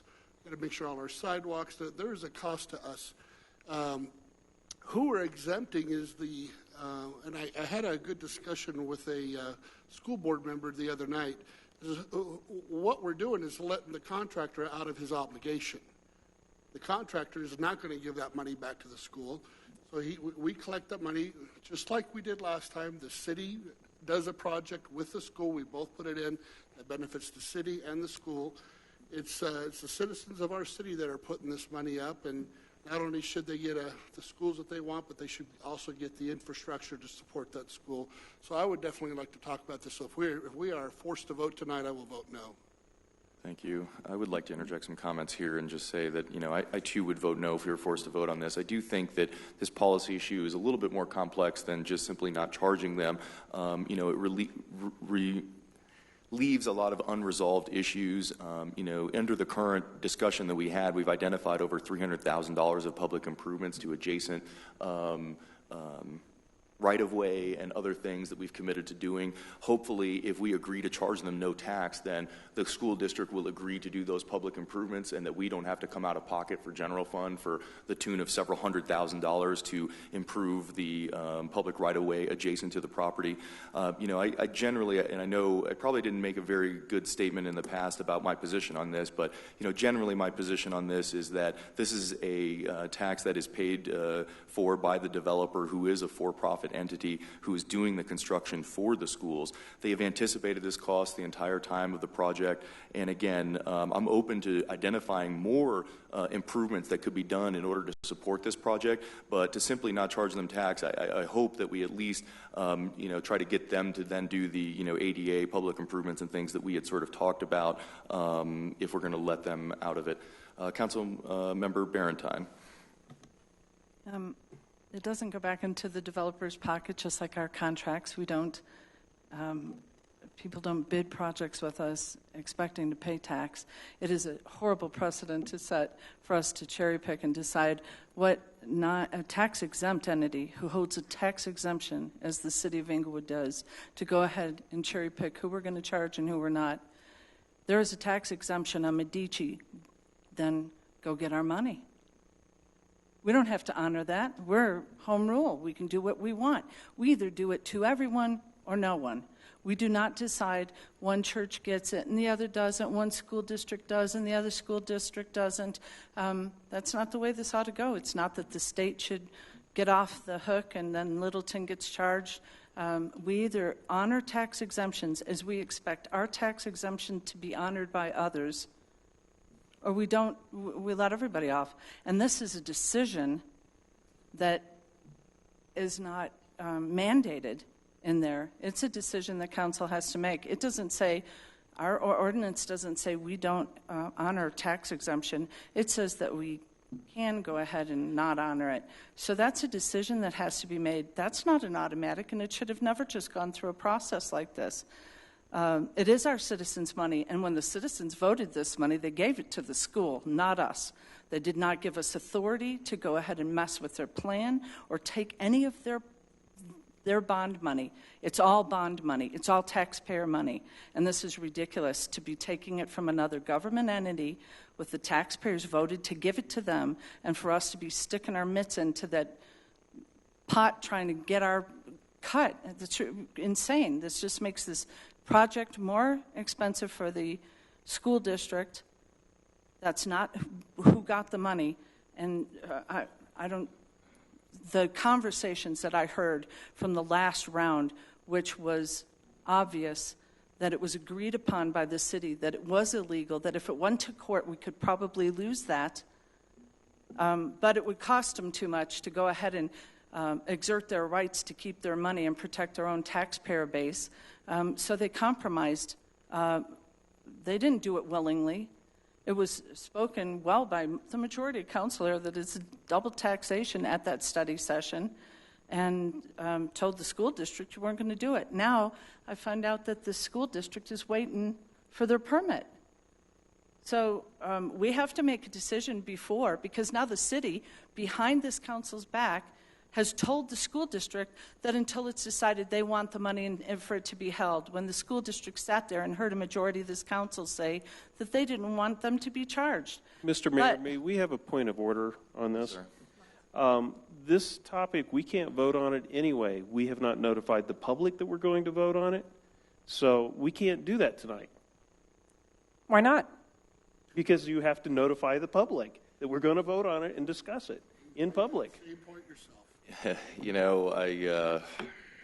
while I do think it's better public policy to be giving a roadmap of notice of posting these things, I do think that, potentially that this would be appropriate, particularly if it were simply to give direction to the administration on how to deal with this. I do feel like the question itself is problematic, the way the motion was brought, just because it leaves a whole host of unresolved issues, but I don't necessarily see a problem with it coming forward. I agree it's not the best way to handle this. Let's ask our city attorney, please. Please. Thank you. The use tax law that was passed by City Council it's a law. It was passed by ordinance. You can't undo an ordinance by regular motion. So at this point, a regular motion can direct staff to take a formal bring you back something that can undo or change or modify ordinance. But there's nothing really in this ordinance that provides a mechanism for waiver of the use tax that I read. So I'm not understanding. I just need a clarification. Are you saying that you're reading that ordinance and that law to say that the city charges no one or exempts no one from use tax? I am reading this as a law, and a law is passed by ordinance, and an ordinance can't be undone by regular motion. Okay. And what I asked you was, do you think that that ordinance says that we do not honor any tax exemptions in this city? I can't answer that question.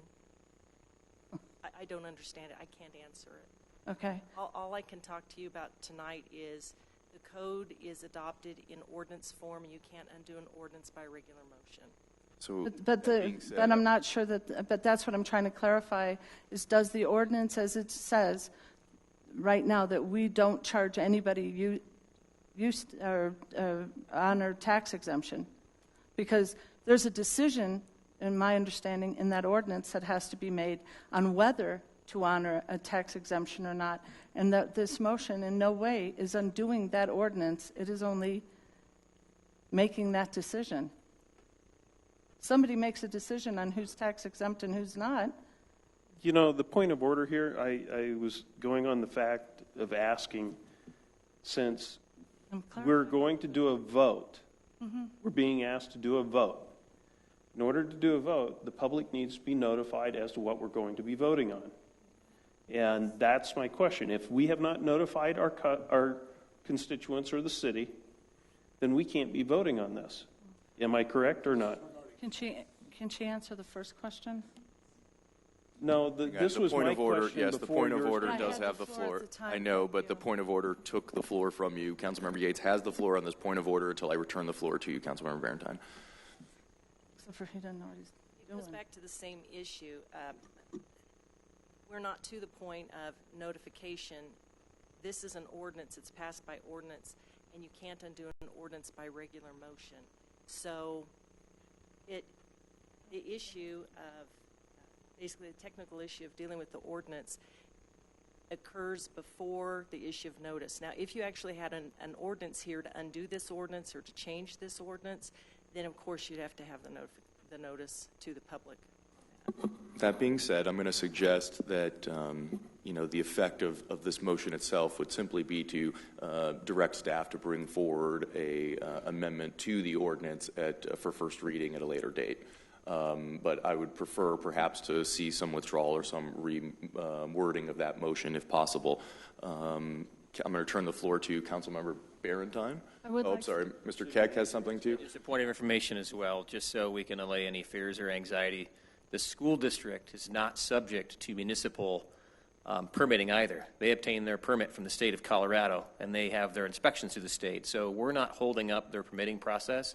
I think what is holding things up is, again, my interpretation in consultation with the city attorney that we as staff can't arbitrarily indicate that we cannot assess the fee, the building use tax. And the mechanism by which we've gone through this in the past with the last bond is that the city issued basically a fee-less permit other than the building use tax, and we track the construction activity through their contractor.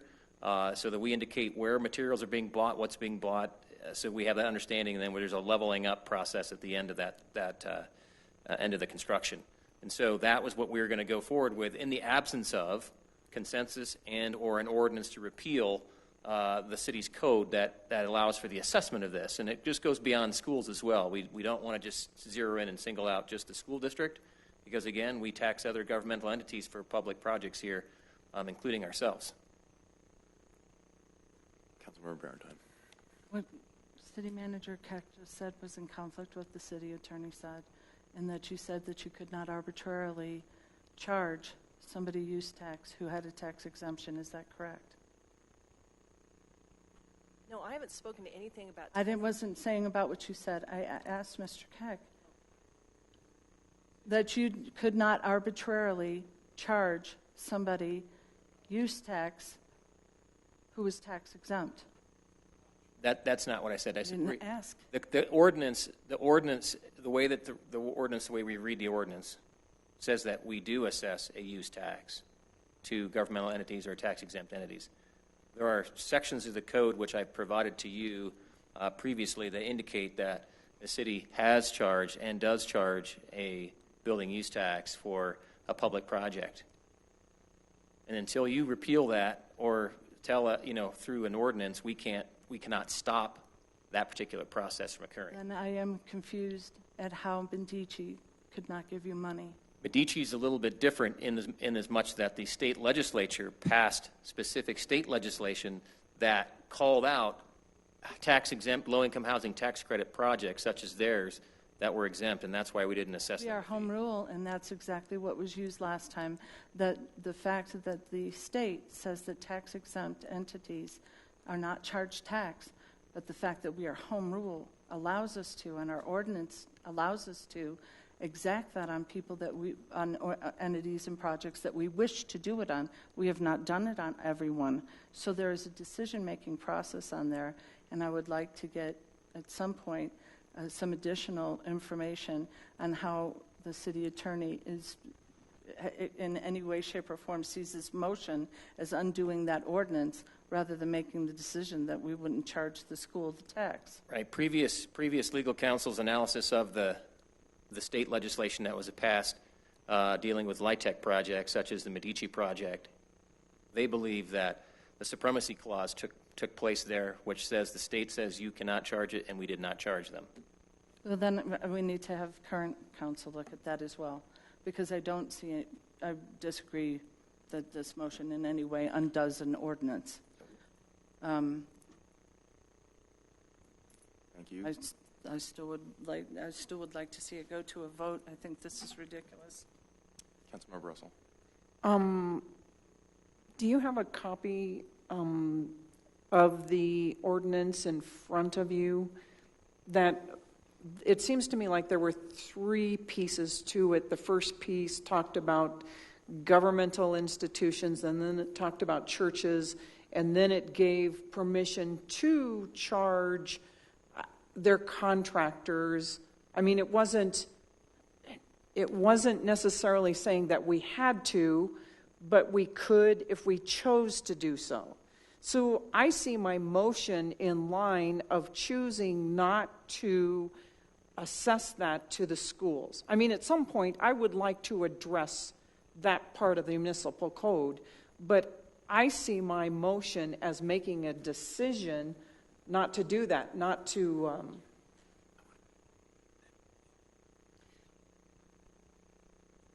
I really want to give you the answer you want to hear, because I know that the council as a whole is interested in moving forward with that.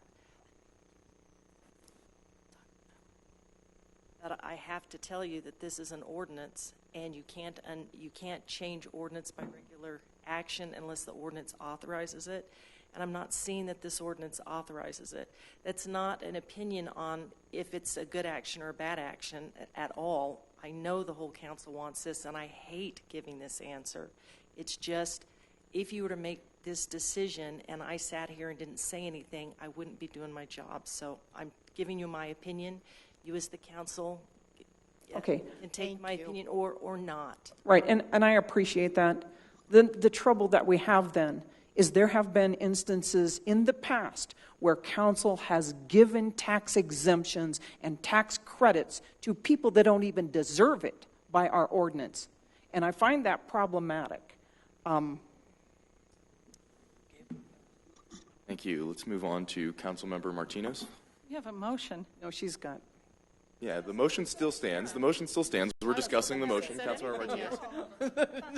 Calm down. Yeah, I do think that we had a majority that night at a study session to make this change, and so I'm a little surprised that we're kind of having this discussion again, but although I do like that we're formalizing the discussion, my concern is the tight timeline the school district has. They are already on a really tight timeline to get these schools built out, and I think that is very important, and we've had the opportunity a couple weeks now since we had that discussion, and we haven't made any movement on this. And if we needed more formal movement, I think that we should have probably discussed that at that time and then been prepared tonight to do that. And so we're not. So we need to figure out what to do, and really quick, because I feel like we're already behind on this discussion that's going to impact them quite a bit. You know, I think the city attorney's office, correct me if I'm wrong, could probably have an amendment to the ordinance ready for our next meeting. Is that fair or no? I did send out a memo a couple of weeks ago looking for some guidance on this with several proposed modifications to that ordinance. I haven't heard anything back from anybody about that. If anybody would give me any kind of guidance, the changes are from very narrow to very broad, so I didn't want to presume to make the decision on how the governing body as a whole would want to make those changes.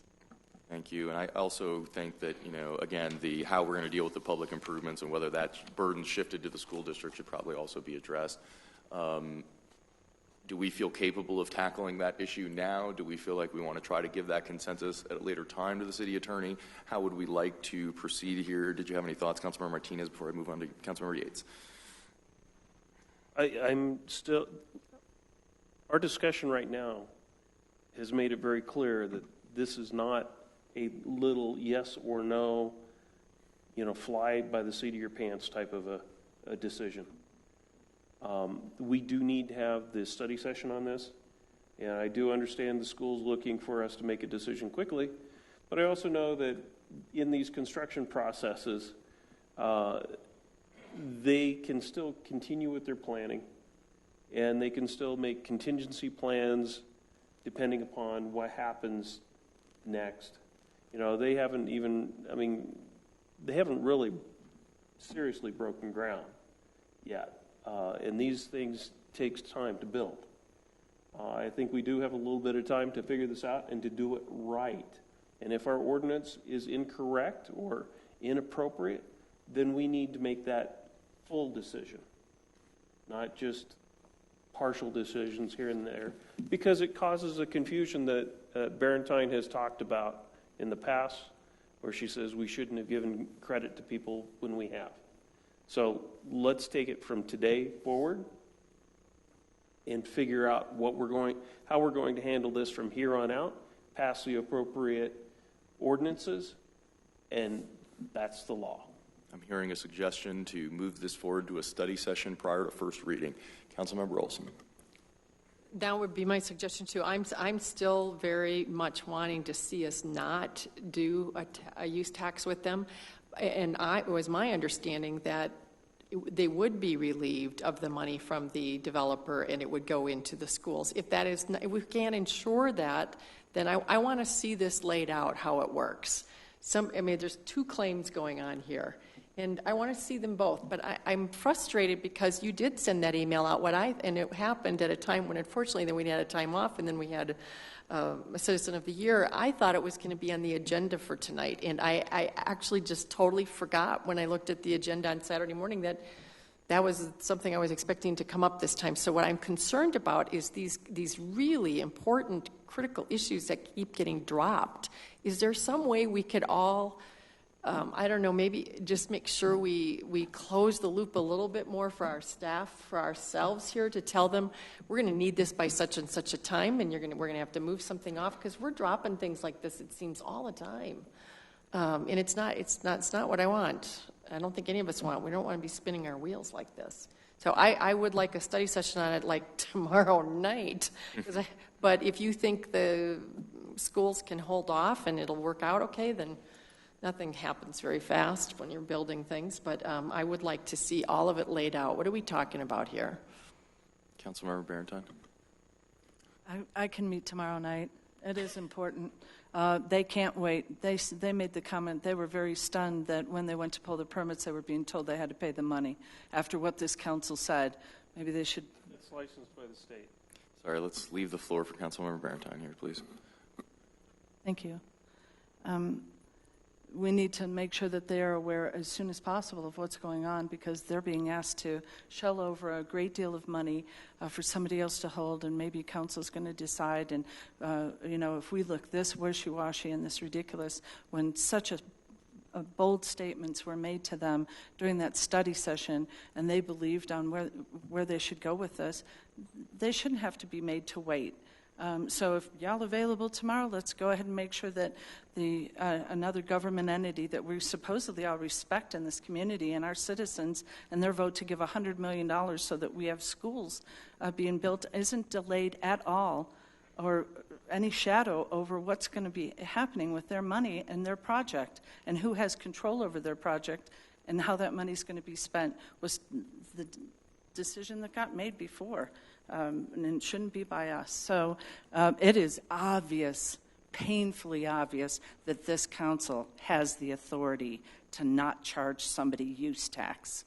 We didn't charge the apartments. We gave it to Sports Authority. We gave it to King Supers. We obviously, regardless of what that ordinance says, we have the authority to vote not to charge somebody's use tax. And in the past, we have voted. Thank you. Let's move on to Councilmember Russell. Thank you. In all fairness, I didn't respond to your email because I felt like it was something that should have come up at a study session or a council, that all of us at the same time. I really don't like daisy chaining on emails, and so that's part of the reason that I didn't respond to that. But I greatly appreciate what Councilmember Olson just said. Thank you, Mayor Pro Tem. Yeah, I'm going to support going to a study session on this. If this council wants to move in that direction, then we should, but we should do it properly. And I've heard this twice tonight, that we gave the apartments didn't have to pay. The only apartments that have not are our apartments that were exempt after the state voted. All the other apartments paid a lot. Use tax. Use tax, and that is a fact, whether you say it's not or not. So let's move past this. Let our attorney give us some good facts on this and how to move forward. And if they're going to get it, then let's make sure we do it right. And if we've done it wrong in the past, let's stop doing it wrong. Thank you, sir. I prefer a study session. I am hearing some consensus towards a study session, because I will support that as well. I will, recognize that this is a fairly high priority item, and that we'll attempt to bump something else out in order to hear this sooner rather than later. However, the possibility of a special meeting exists, and we still have to resolve the motion that's on the table. Councilmember Barentine. May I ask you a question? Yes, that is exactly what you said about the repeal of Ordinance 34 2 weeks ago. Or 3 weeks ago when we were here. New facts came to light. This was an issue of high priority to this council, and that we were going to be having it on the agenda as soon as possible to go ahead and address this. So I don't know how we present to the public, because things keep changing. I don't know if I can rely on that. So that just makes it more that I would want the motion to go through and be voted on tonight, because I already know the council has the authority to vote on this issue. Thank you, ma'am.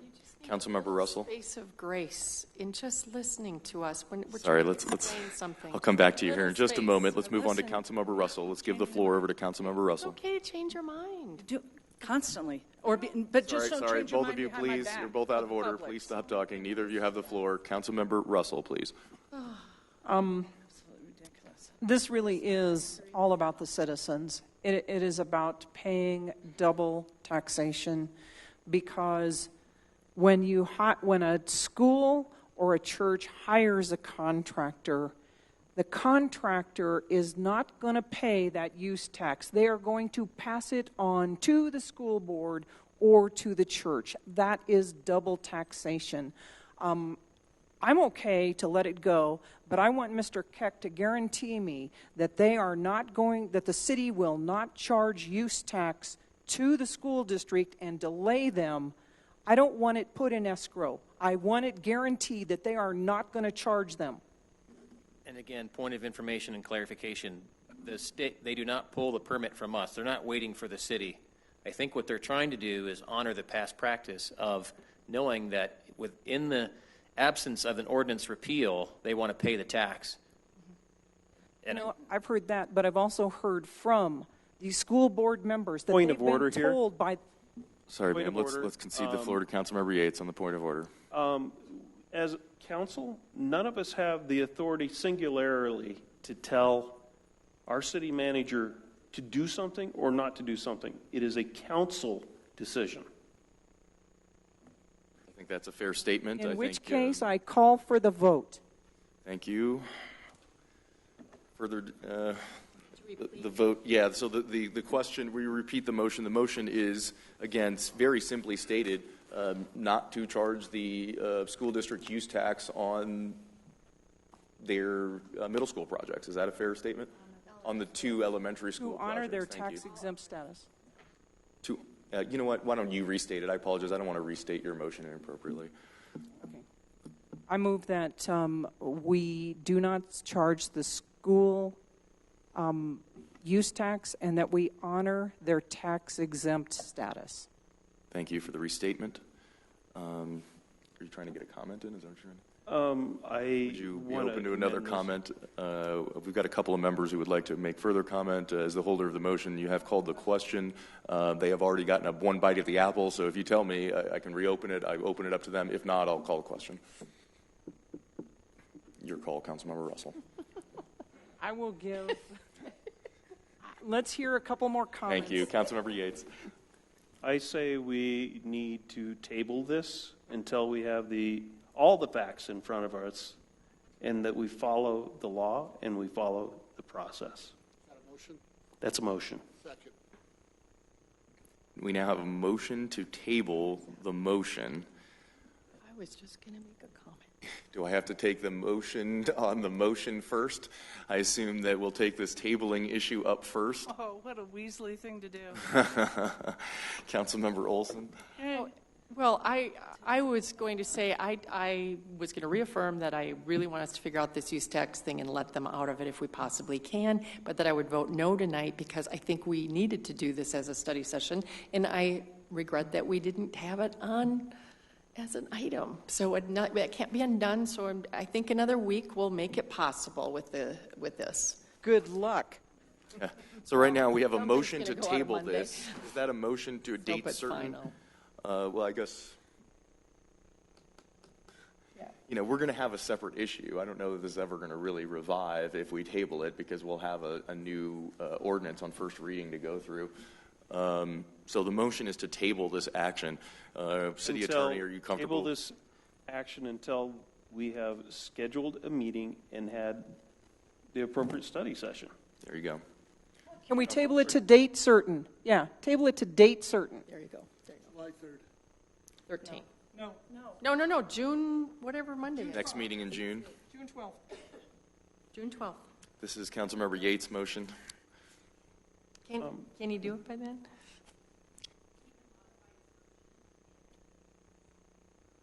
No, I mean, can we pull the information together by Monday night? Yeah, are you capable of that getting is it on needed? for the next meeting? Yeah, you already sent us your stuff. She just needs direction from us on which of those versions we want.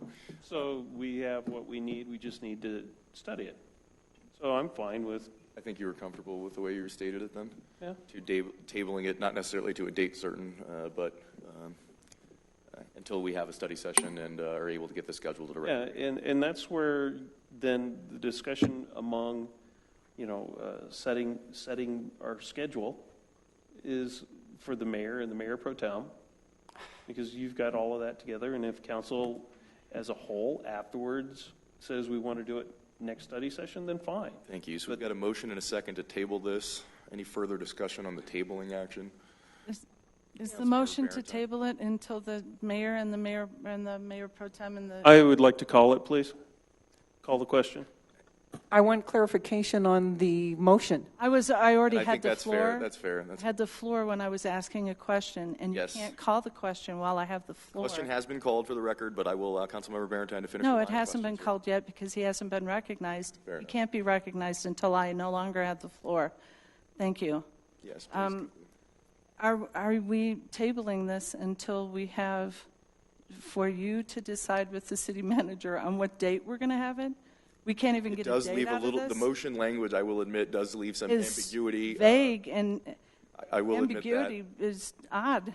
All I can tell It's you is not that actually a I motion. recognize because it's a high it actually priority, and I'll be doesn't say looking to anything. bump something. So until we clarify what the actual motion is, I don't know that we have one because there's not. I don't know what he's doing. City Attorney, do you feel comfortable with the motion as stated? The motion is, as stated, is to table the previous motion that's on the table. I think it's clear. As far as whether or not it goes back to a date certain, if you don't give a date certain, it should roll to the next meeting. So I would expect, based on the way you've worded it, that we'll bring this back on the 12th.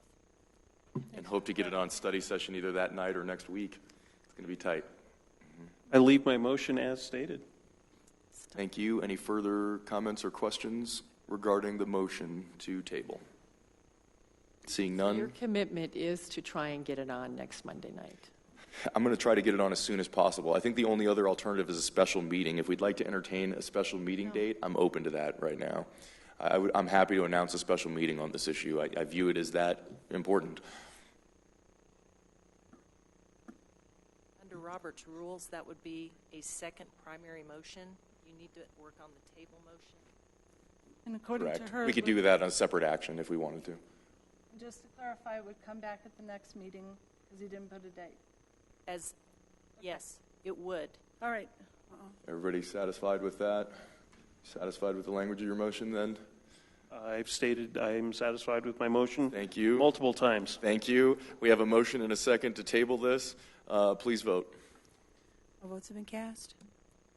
Let the record show 4 ayes and 3 nays. The 3 nays being Councilmember Russell, Barentine, and Thank you. I believe we were on Councilmember Russell for Councilmember Choice. Anything else? We Yes. still have a motion. Oh, We have to the motion's been tabled. We just We're good. undid it. All right. So now we're back to your member choice, is what I was saying. I would like to talk about a special meeting. Okay. I think Tomorrow we just night. need 48-hour notice, 24-hour notice. What do we need? 24 at least. So it couldn't be tomorrow unless we wanted to start at 10 p.m. So let's, we'd be looking at Wednesday, perhaps. I'm out of town on Thursday and Friday. I have a board working session with Dr. Cog on Wednesday, but it'll be done by the time we usually get started. Well, I just want to give you some options here of what's possible here. Wednesday Again, night? I see the Wednesday the 7th as a possibility. I see Tuesday, no, we're already doing the 13th and the 14th. We're going to have board and commission on. Yeah, we're already going to do 13th and 14th for board and commission. No, this Wednesday. It's June 7th. The 7th, yes, we're talking the 7th. I have the Cultural Arts Commission meeting Wednesday, and I don't want to miss that.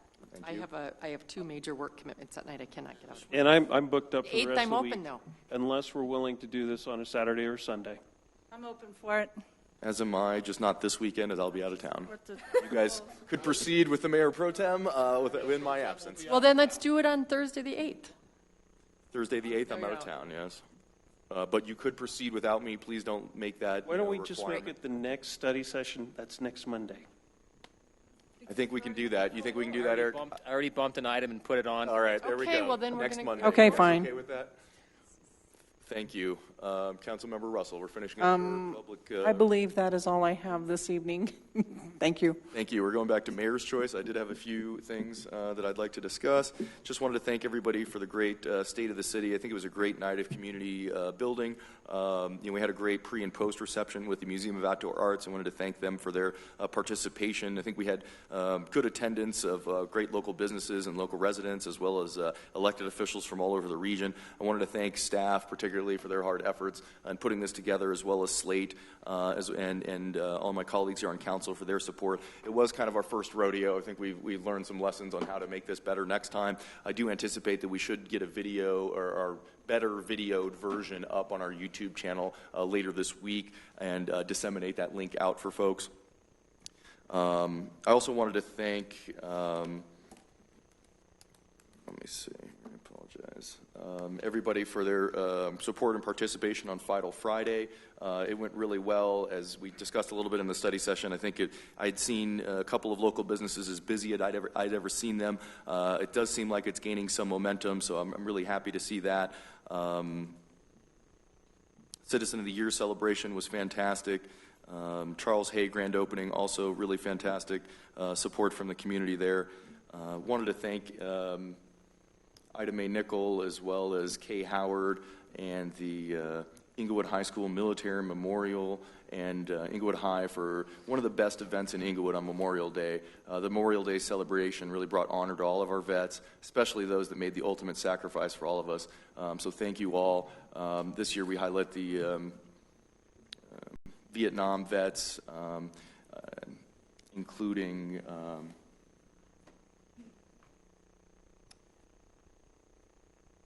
Captain Earl Ludwig, who was KIA in Vietnam, Melvin Earl Ludwig. They did a great presentation to the family there. And on a personal note, I didn't realize how closely I was connected with the Ludwigs, who have lived here for a very long time. I actually went to high school with the grandson there, and we're hoping to be able to help bring some more honor to this family moving forward. I wanted to congratulate Tom Munns again on 40 years of service to the community. City Manager's Choice. Thank you, Mayor. One of the items was discussed earlier, as brought up by Councilmember Russell, dealing with board and commission interviews. Again, I wanted to inform the council as well as the community of the loss of one of our Citizens of the Year, as well as former councilmember and Mayor Eugene Otis. And again, anyone who is interested, there's a celebration for his life this coming Saturday, the 10th of June, 1 p.m. at Spirit of Hope United Methodist Church. And we will be sending flowers on behalf of the City Council to that particular service. And I just want to make an observation. Would you send out that info by email? Yeah, I can do that. Thank you. I just want to make an observation from tonight. I know I've enunciated this in the past and kind of been asked for more specific information about items in which there's ambiguity. And I think tonight was a good example. I sensed a lot of anger tonight from council towards staff on this use tax issue. And I think that, frankly, it's unfair because I'm trying to follow the law. And I think you as council people, and specifically, I know Council Barentine, that was her main goal coming on, is for us to follow law and follow process. That's what I've been trying to do. And in the absence of an alternative, I can't sway from that. And so I'm just letting you know, this is an example, again, when there's ambiguity or non-consensus from the council to give clear direction as to which direction to go. That creates problems. That creates dissonance, and that's dissonance in which it makes it difficult for us to do our jobs. I just wanted to point that out. I appreciate what you're trying to do. I think that the policy discussion is perfect. That's exactly the level upon which this council should be flying, policy level. And but we just need clarity, and I appreciate the work you're trying to do. Thank you. Thank you, sir. City Attorney's report. No report this evening. Thank you. Then we are hereby adjourned. Thank you, everyone. Another funny.